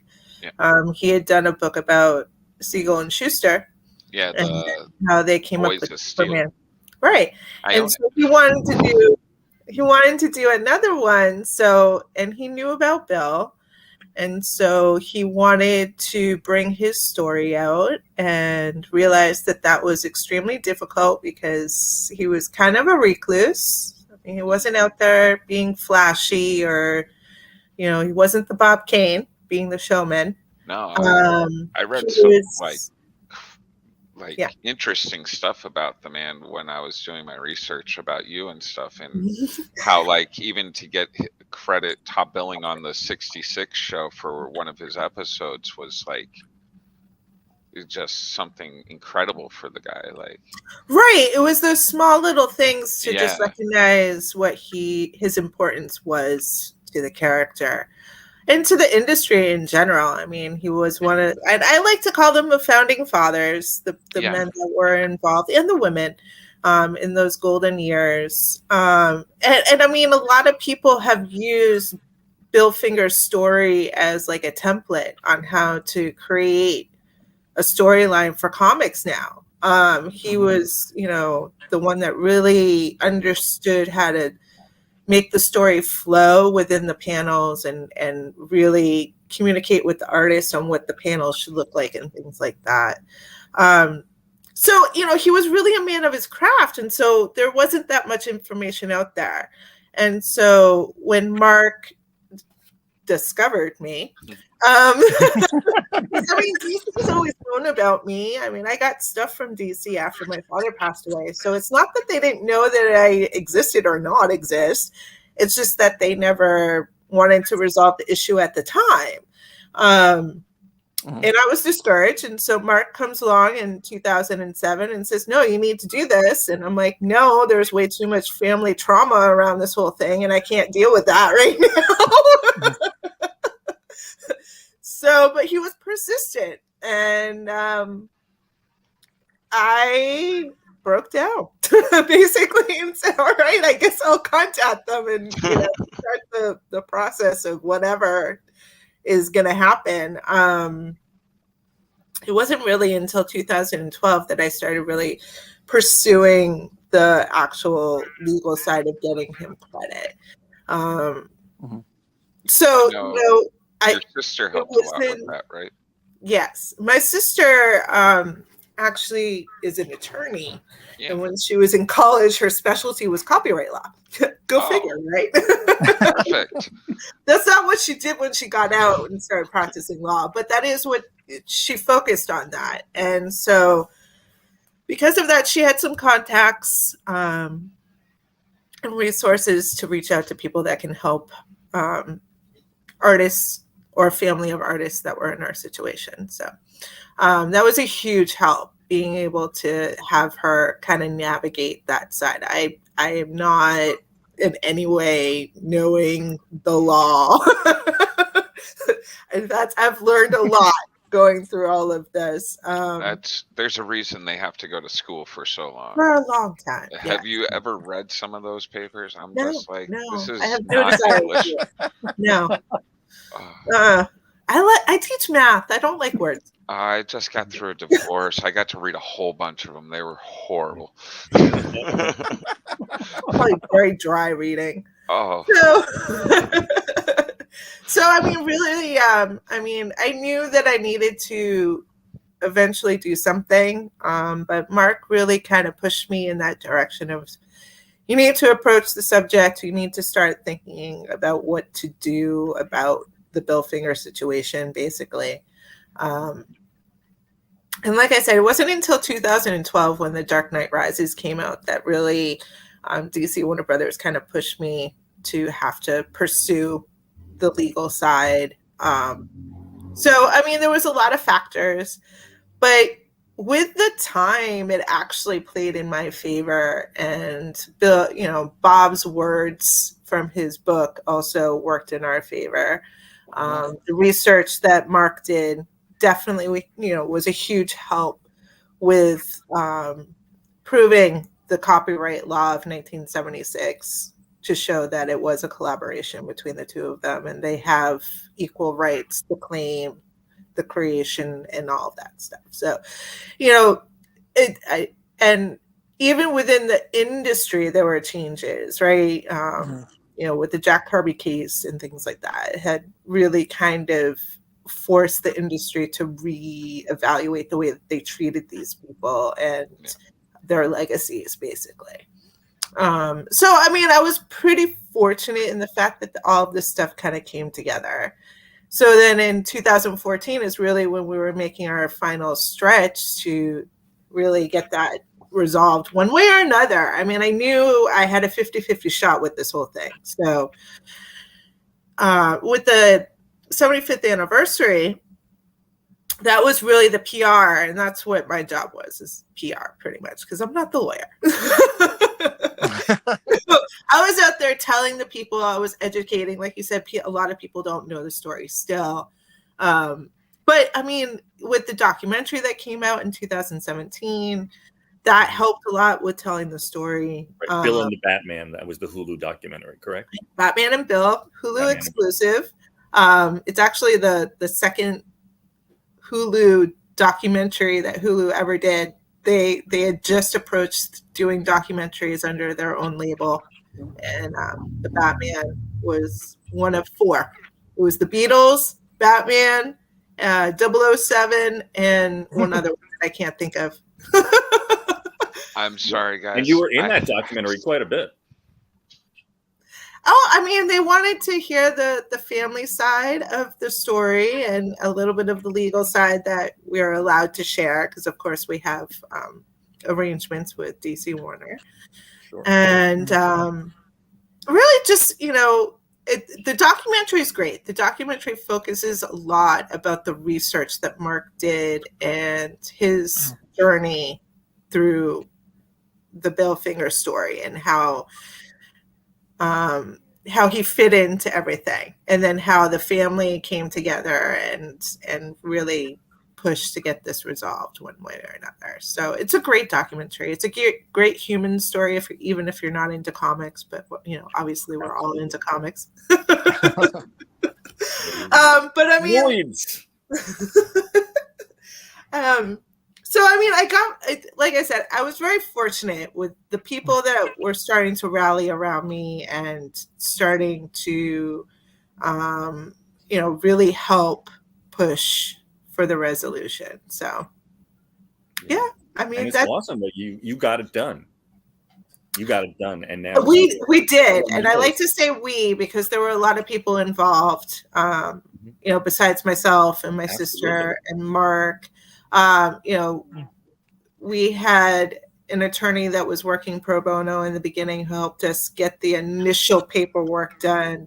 And she works for an artist council. So that's what their firm does, is help artists who are in some legal battle with whoever.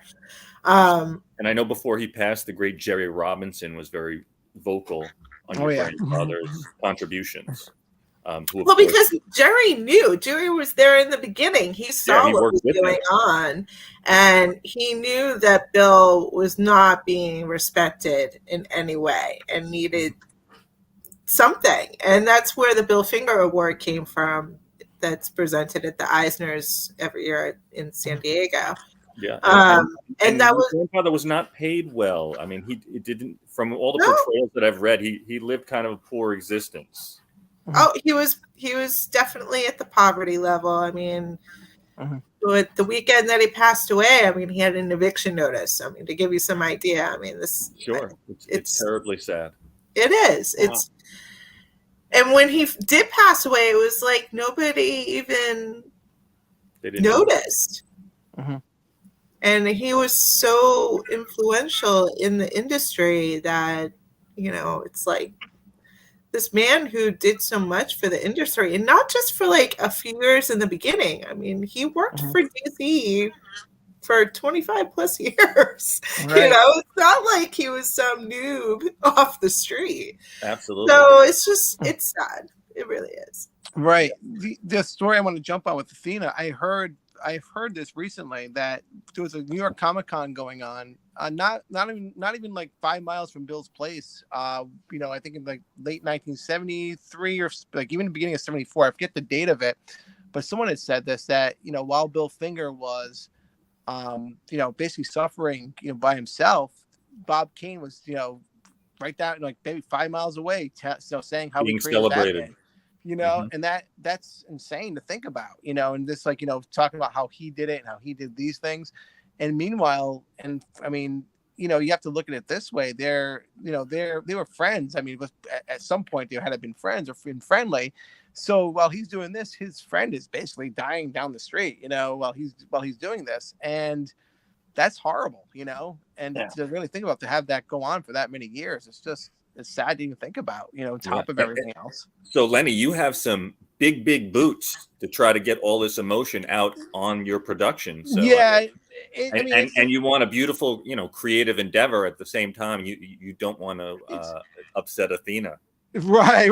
That's the thing. I don't want to do that. I also feel like, and this is one of the reasons I want to redid this show, because I did it originally. And I always felt people loved that version of the show, but I always felt that was a historical document. I always like to say it's a historical document, meaning that it was missing that emotion that you were just talking about. There is an emotion that goes beyond that, that goes beyond just a story that's in there. And it's so heartbreaking. I mean, we talk about things about, we're talking about trauma. We're talking about, I mean, it's got to be a trauma for somebody to be doing that, and something that you got to realize. I mean, even, Bill Finger, Jack Kirby, these guys have been, these, like you said, the founding fathers have been put through the ringer in a lot of regards. Really put through the ringer. Yeah, and he definitely seemed haunted by the fact that he never got to get that retribution, that credit. Right, and I when we were talking about this on another podcast too. Whereas, you got to think about the not just the trauma, but what how back then you didn't have, as I want to say, as maybe as recognized mental illness. We didn't have it wasn't talked about. It wasn't like, people, depression wasn't as talked about as it is present day. And things like that, what people were going through, what people suffered through. And so there wasn't everything with internet. There wasn't anything like that. It was just like newspapers and TV, maybe, we weren't, their resources for people to actually go through the things weren't as prevalent in people's reach, almost, it would feel like. So I can imagine like what it must feel like, and that was what we're trying to, how did Bill get by was really the question. And that was one of the things I had to ask myself when I went back into it. I never really thought about it. How do you get by, how do you make it to 1974, trying to survive day to day, day by day, and somebody, how do you reconcile that? Somebody saying, hey, you know what? Look, he opens up a comic and there's his name. This one person get through that and knowing what he could do and what he did do. It's not at a certain point, it doesn't even come about recognition. It comes about humanity and what is actually right. And I wonder that myself, like, how would somebody do that? And that was kind of my entry point, I think, for this show. When I redid it, I said, well, that's going to be it. Like, how does, and I had to solve the hardest things for me was solving those questions in a very honest way. How do you do that? Like, how do you get through those things when there's not many things available? What is that person going through day to day? And that was what was important. How do you go, how do you with editors treating you like crap and people's, trying to also do what you love, which is writing, and having all these forces against you. It's in its own sense, in a different way, very heroic and very, for me, it's very inspiring in a way we haven't seen before in a play or a film. So that was my entry point to kind of get to where the show is now. Awesome. Yeah, I'm excited to get it done. I think the actors, I can talk about the writing all day long, but honestly, I was telling someone today, and it's like, the performances in this show these are really phenomenal actors. What they do with each of these characters it's next level for what I've dealt with in the past with actors. I've worked with actors, and nice. there are some really phenomenal people in this, and most of them are doing things for not what they should be paid for. Not to say, they're very happy. Everyone's excited to do it. They're here for the love of it. We have a guy who's in the new John Hamm Fletch movie coming out on Friday. He was just in a Dexter show. And these are people these are people who have who are taking the time off to do this. And it was so they know how important it is. And to have that commitment from that many people is an honor. And I made sure I went in every day and we recognize that. Yeah, we couldn't. Well, I hope that our audience recognizes it too. In the show notes below, you guys can buy tickets. There's links to all the information. Leo is our man in the chair, and he's our technical wizard. He's got all that stuff down. So you want to go see this show? It's in 3 different states. You have no excuse. Anywhere if you're in the Northeast, it's a good thing. You want to see this. You want to be in touch with the legacy, with the Batman legacy, with Athena Finger, and Athena has a son as well. So the legacy is going to live on. Yes. It's funny. Benjamin just recently asked me, like, "Oh, I miss being part of the whole thing, and how can I get more involved?" I'm like, "You live in Wisconsin. I'm in Florida. It doesn't quite work that way." We get HimaCons now next. I told him, if there's events near you, just let me know. I'll try to work it out for you. How old is he now, Athena, your son? He's 20. Oh my God, no. Wow, really? Now, what is he doing? Is he in school? Is he doing something with himself? If you don't mind sharing. He lives with his girlfriend, and he just started a new job. He's in the food industry right now. He just started at Chick-fil-A. Okay. I know, fast food, but he's looking to get into management. He was working as a manager at Chipotle before he got this other job. So, why not? He's 20. He's figuring it out. Yeah, my son's 19. That's when I was 20. He's doing the same thing. Yeah. It's all good. Oh my God. I have. He still calls me, so I did something right. Yeah. I have 3 things to say about this. Athena, he's 20? Yeah, he turned 20. 20? Yes, I know. He'll be legal drinking age in May. I can't believe it. No. I can't. He's 12. Yeah, gosh. I know. He was so little when you met him back in 2014. Oh my God, he's 20. Oh, my daughter's 12. I mean, so I'm sure you feel the same way. You see Callie now. She's like, oh yeah. Well, listen, I have it with students too. Yeah. Listen, I've had students for the last 10 years, and I'm like, oh my God, I've known you for 10 years. You're like, you're a kid now. Yeah, I guess. Yeah, I did want to make a note because before the show ends too, after my shock kind of goes down, I always want to thank Athena and her sister. When I did the show originally, not that I didn't have their input, but this version has their stamp on it. I mean, working with them with the story, and we had sat down, like I said, and Alethea's not here, and I wish she was. I always like to say that she's in a different time zone. Yeah. And but Athena, and I mean, literally coming with their notes and their input, working on the story, it made going into the script that much easier, and that much just knowing what direction that it would be. Athena actually won't probably remember this, but she had said, I have one suggestion for a line, and I think it should be there in the show, and I'm not going to tell you what it is, you probably know what it is. And it was so perfect, and I wrapped my entire last scene around it, and it's the most beautiful last scene I've ever written in my life, and I promise you that. It is wonderful. And I said, so having Alethea is a great lawyer, an amazing lawyer, probably the best editor I've ever worked with. I mean that, and she's listening. Thank you. She's definitely here to say a lot. She is amazing, and Athena has such amazing ideas that it made this process going back into it and looking at the original script and saying, well, this doesn't work. And I basically, from the original script, I probably used about 15%, and the rest is all new. 85 to like 90% is all new, and those are from the contributions in our stories, from San Diego to Rhode Island to New York one time. I mean, it's just one or two things.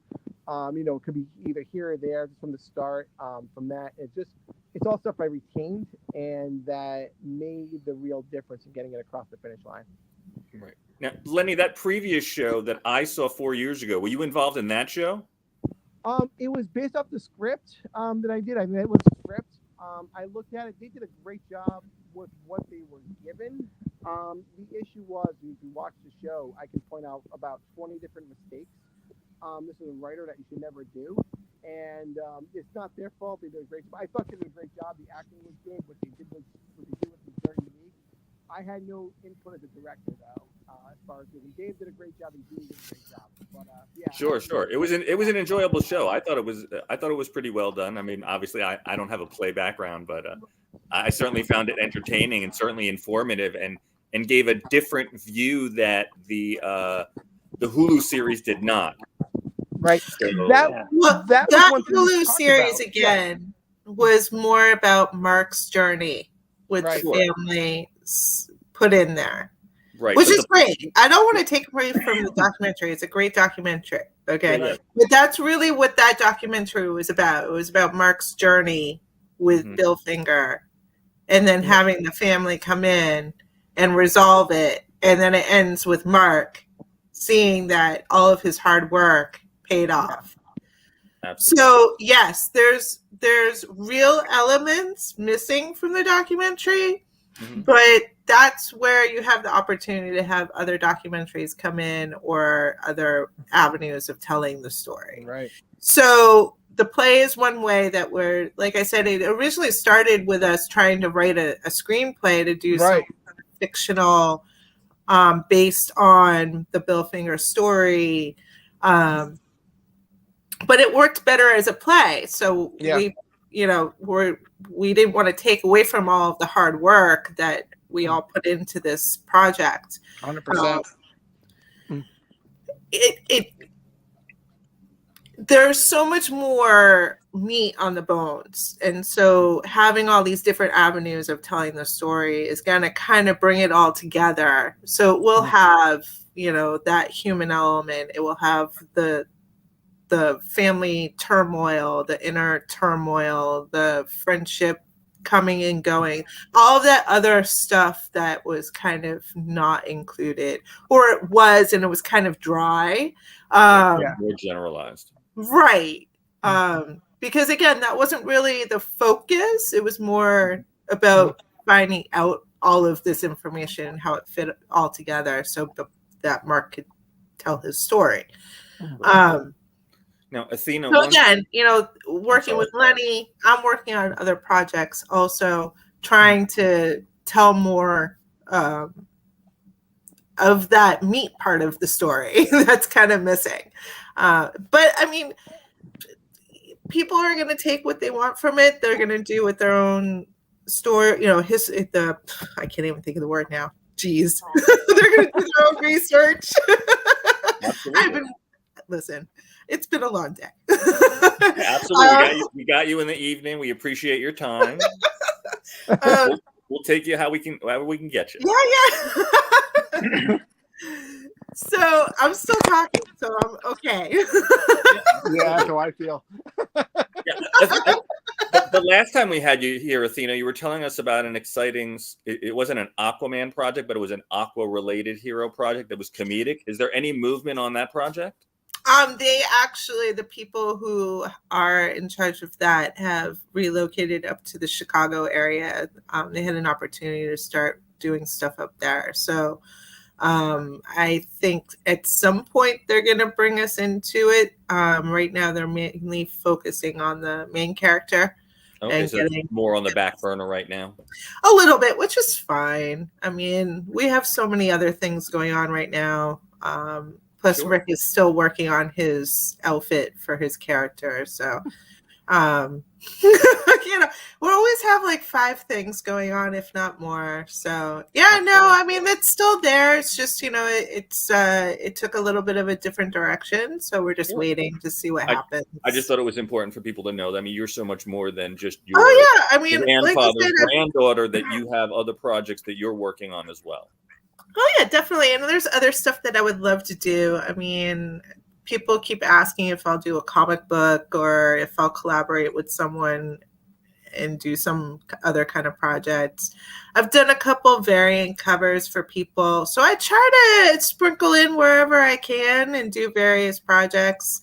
Mm-hmm. I am working with a production company in Canada right now, trying to get another aspect of the Bill Finger story out there. A little more about the women's side, the women that were involved with the story and getting it resolved and things like that. Because again, there's so many different pieces to the story that can be focused on.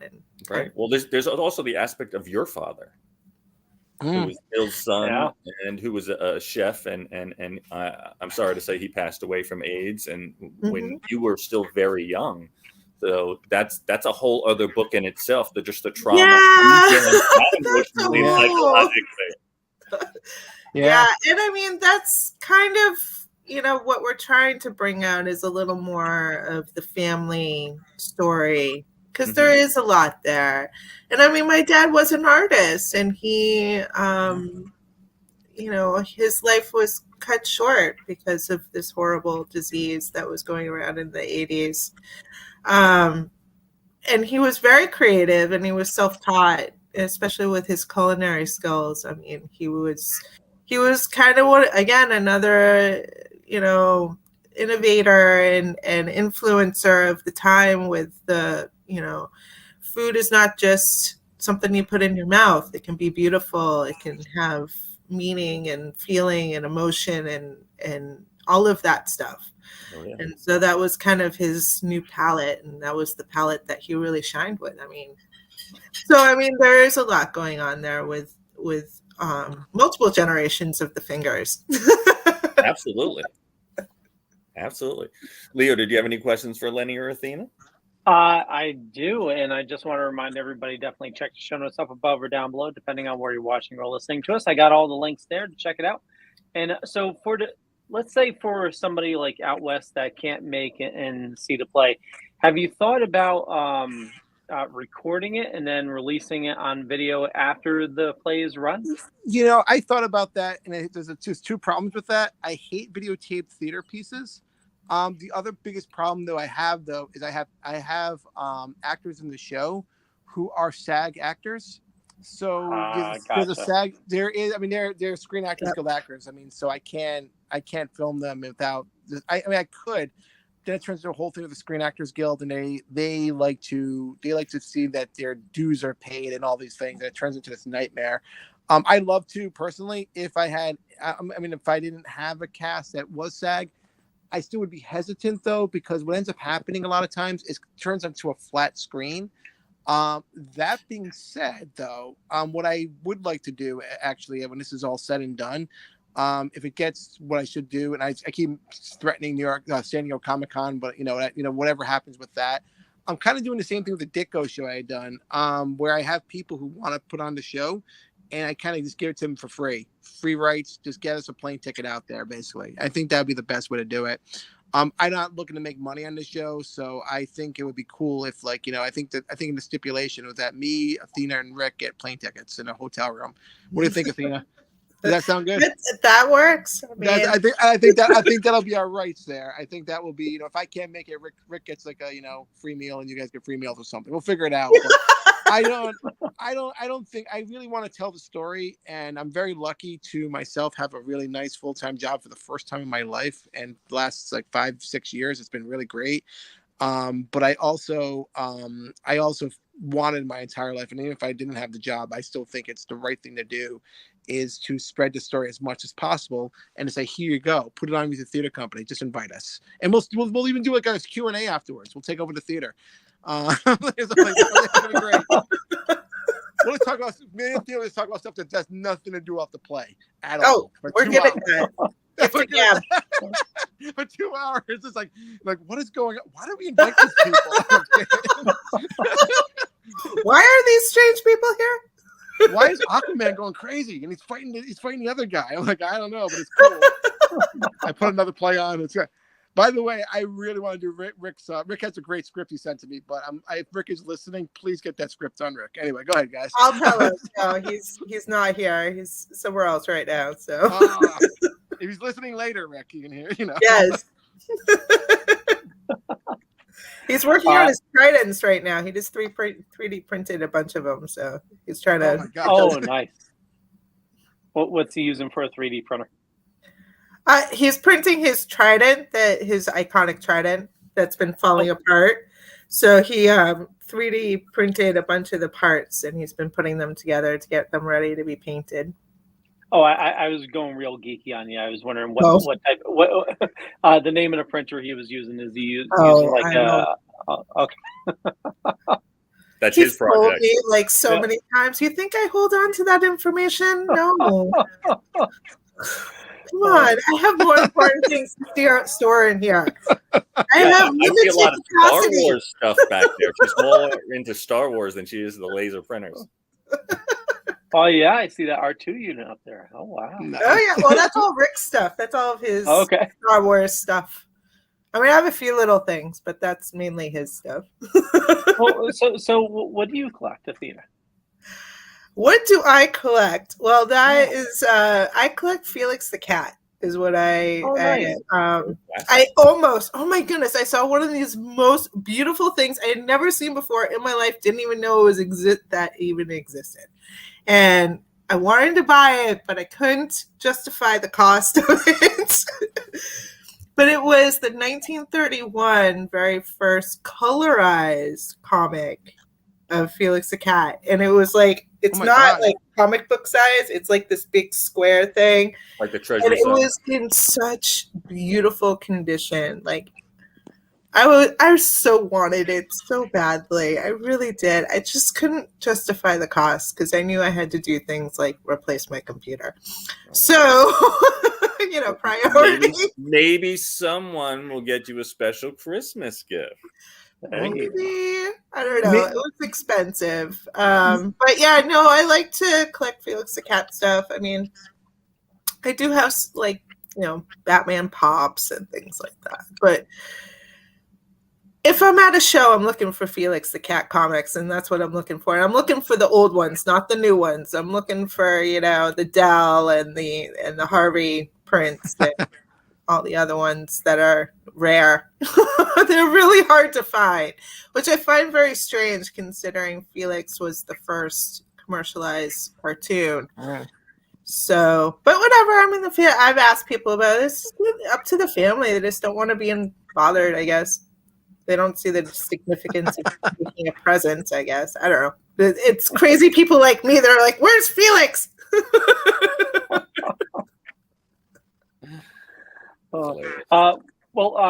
I know we are running close on time. So a question, I totally don't want you to get into specifics or anything like that, but how did the deal work with DC? Like, so like the new Batman movie came out. Does do any proceeds go to the family, or is it just recognition? Like how does the whole deal work? I'm not really allowed to discuss the monetary side. I mean, you know, But like when they green light, they just green lit Batman 2. Do they you get an email? What you have to consider is that yes, with credit comes compensation, but that we're talking about a corporation, so they're going to have whatever they're going to want to hold on to. So, I mean, I get to go to the parties. Sure. Well, like something like that, Athena, like they just greenlit Batman 2 with Rob Pattinson. Do you get an email? Do they ask you anything? Or oh no, they don't ask me anything. They don't care. Okay, so you just find out like, we're obligated to let you come to the party. So here you go. It's weird. It's a weird world. It really is. I just kind of roll with it at this point because I have to remind myself that it's a corporation, and corporations don't have morals. They don't have ethics. They don't care about the human heart or the soul. Right. They care about the bottom line, and you kind of you play the game. It really is a big game.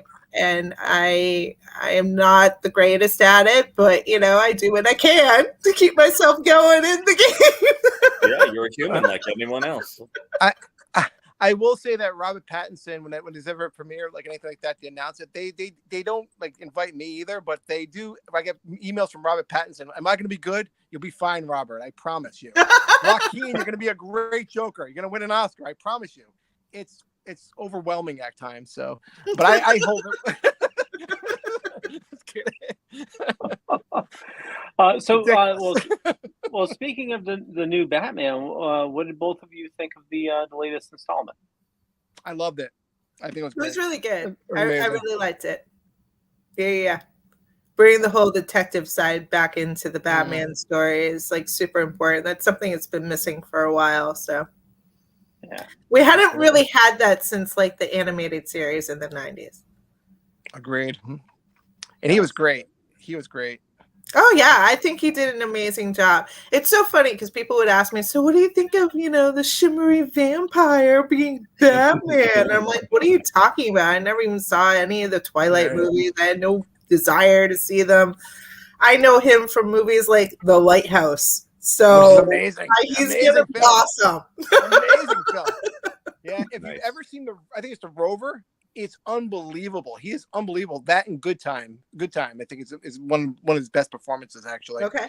But he's very So I mean, I know him from more of his serious work. So I was like, I don't know what you fans are like crying about. This man is a very good actor, and like, but I mean, they've done that with like pretty much anyone who's put on the suit. Oh, yeah. So it's like it's the same rhetoric every time someone new comes in. I mean, they didn't like Ben Affleck either, but I thought he was amazing in the suit. Oh, right, he was out of the suit. It's just too bad the movie sucked. Right. Yeah. And when Keaton was initially, they talked about him being Batman. Everyone freaked out. Right. They were like, "What? He's a skinny guy. This, that, and the other." And now everyone's freaking out.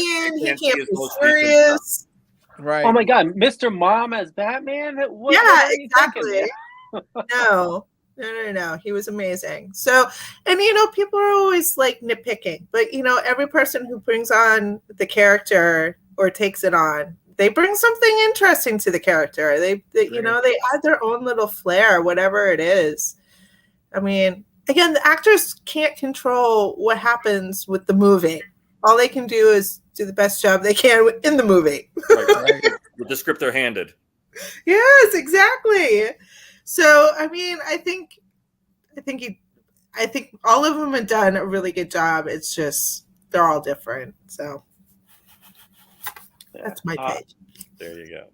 Well, it's great to hear. I absolutely loved it myself. And one thing that was I don't remember seeing this in any of the other Batmans, but at the end they actually gave thanks. Well, obviously to Bill Finger, but to some of the artists like Lee Bermejo was credited at the end, which I thought was amazing.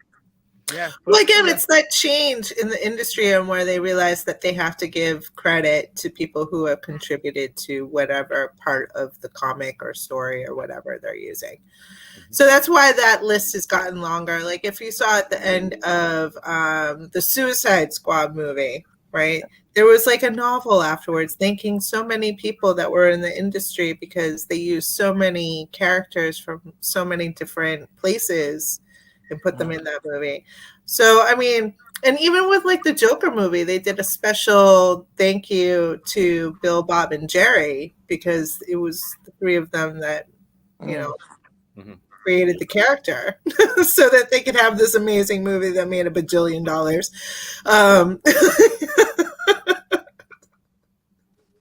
We're not going to talk about the possibility of what they're talking about for part 2. I don't want to talk about that right now.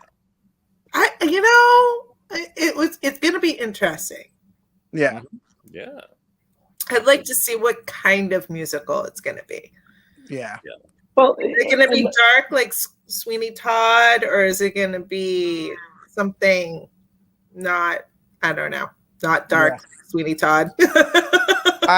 I trust in Joaquin. I think Joaquin chooses good projects. I don't know about the rest of it though.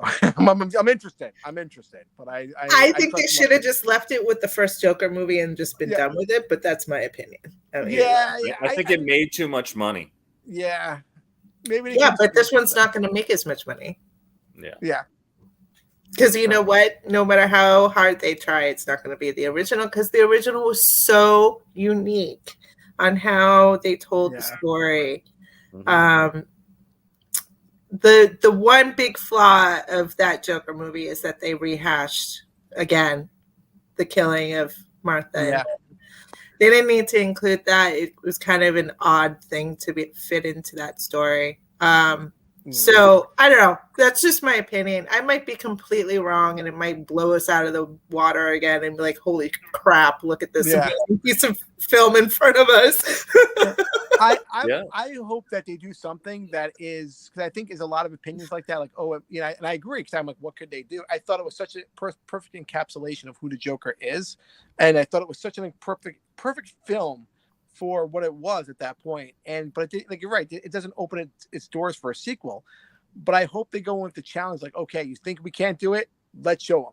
And that would be if they resolve the issue of whether he was really just hallucinating the whole movie, because I know that they're bringing in Lady Gaga as Harley Quinn, and then the whole thing with her becoming Harley and the love story between the two of them. So, if they kind of clarify that, I think that will kind of move it along, and then people will buy into it a little more.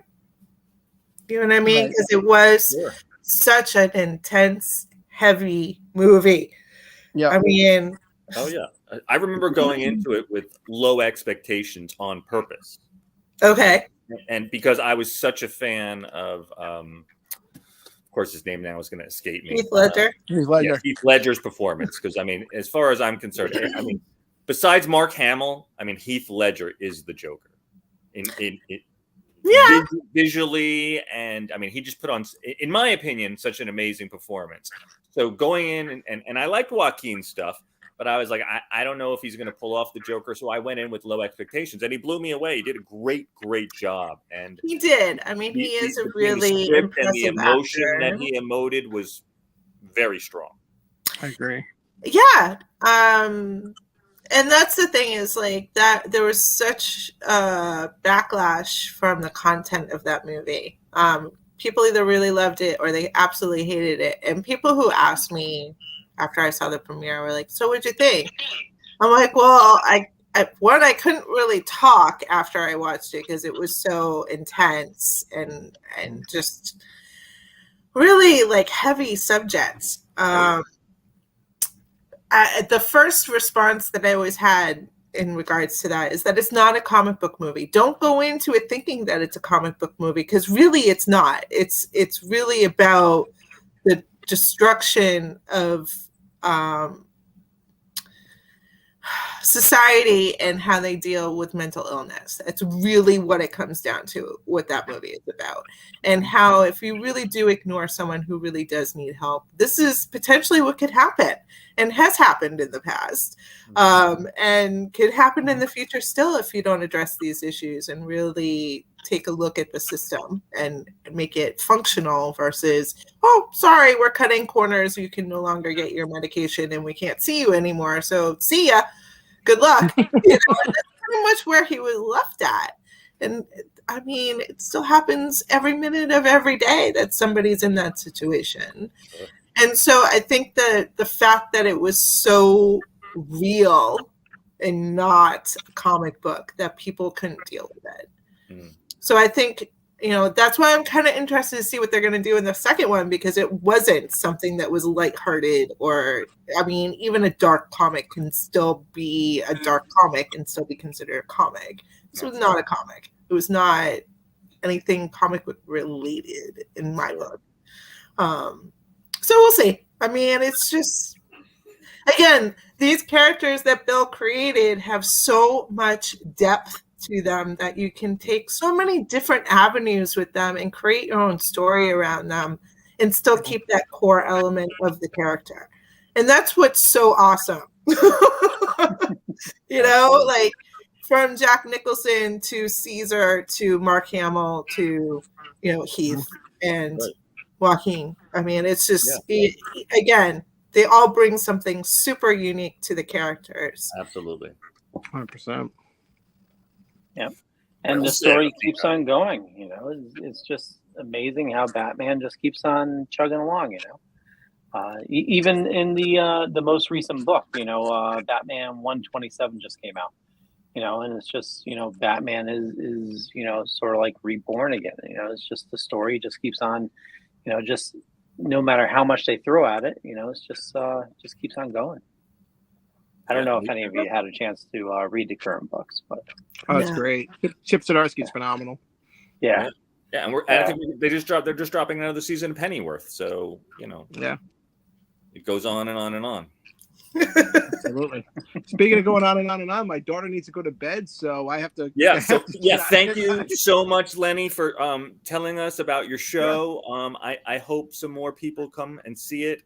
I wish I was able to. You were too. Yeah, 3 states. No excuse. No kidding. I'm not that far away. You're right. There probably is no excuse. I should try to sneak it into my my agenda. So, and thank you again, Athena, for coming on for the second time. Thank you for gracing us with your presence. We thank you for having me. You're such a lovely person, and we appreciate you giving your time. And give our love to Rick. Yes. Absolutely. And again, thank you so much, guys. Thank you for coming by, and we hope to see you again soon. Yes. Thank you guys for having us. And good luck with the creative endeavor, Lenny. Thank you. I'll see you in a couple weeks, Athena. Yes. I'll be and have fun on Batman Day, Saturday, Batman Day. You better be celebrating. I'm absolutely I'm going to find you. Everyone. Go out, everyone. Thank you so much. Have a good night. Thank you so much, guys. Have a good night, guys. Take care. Take care, Lenny. Thanks again. And you can find you can find all the links for everybody up above or down below. We didn't rate Mad Love. Did you want to do? We didn't. Why don't you put that cover up against a pretty cover? I like the Paul Dini. Love Mad Love because I got a live Harley Quinn sitting right there in the bedroom behind me. Well, I love her so, but Leo, I mean, I think my rating is going to be pretty obvious. So why don't you give your rating? Oh, I absolutely love this. I'm going to give this 5s all around. It's very rare that you read a book and the source material. Well, I mean, this was the source material, but this being turned into the TV show. Having that so ingrained in your head that as you're reading, you're hearing those voices in your head. Other than other voices you may hear in your head. But yeah, well, you're talking about Mark Hamill, Kevin Conroy, Tara Strong. Yep, Commissioner. I can't remember Commissioner Gordon. Who played Commissioner Gordon? We apologize to him. Yeah, but I mean, just every single scene, you just hear their voices, and it's just, it was just it's a great story, great art. I love that it's the same art from the show. It's just amazing. Absolutely. And for me, it's a 5 as well. And this scene, if you even go down to the bottom here, it's like she's finally she's got it through her head. She got thrown out the window and she got injured, and she's like, no more Joker, no more Joker. And then he sends her a rose, and that's it. He's got her back just like that. And listen, Yeah. that is a classic abusive relationship, and it was very highlighted when that came out. A lot of people aspire to that kind of relationship, and I do, but more of the White Knight version, where Joker is not abusive to Harley, and Harley is his partner. Yeah. So it's okay to be an insane clown partnership, not an abusive clown partnership. But yeah, 5s all the way. I mean, from the cartoon, I mean, this is exactly like the cartoon, fleshed out in paper form. And it's just beautiful. And it reminds you of Kevin Conroy and Mark Hamill and Tara Strong. And I can't stop saying it's incredible, because it is. It's amazing. I love this story. It's a great story, and you should definitely have it in your collection. If you've never read it, you have to. Yeah, totally. Yeah, I need to find this. This book I don't have in my collection, so it's. I know it's a bit pricey now, but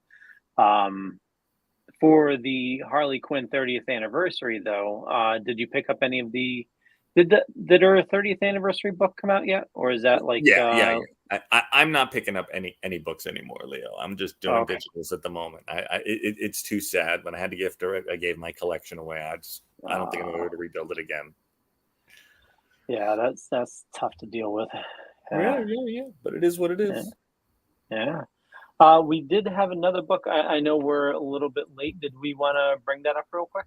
Is anybody even still watching at this point, Leo? We've been on for 2 hours and 6 minutes. No, we can wrap it. We can talk let's about wrap it next week. There was a third one. And it was all right, but we'll talk about it another day. Sounds good. So, Velvet, where do you like people interacting with you, my friend?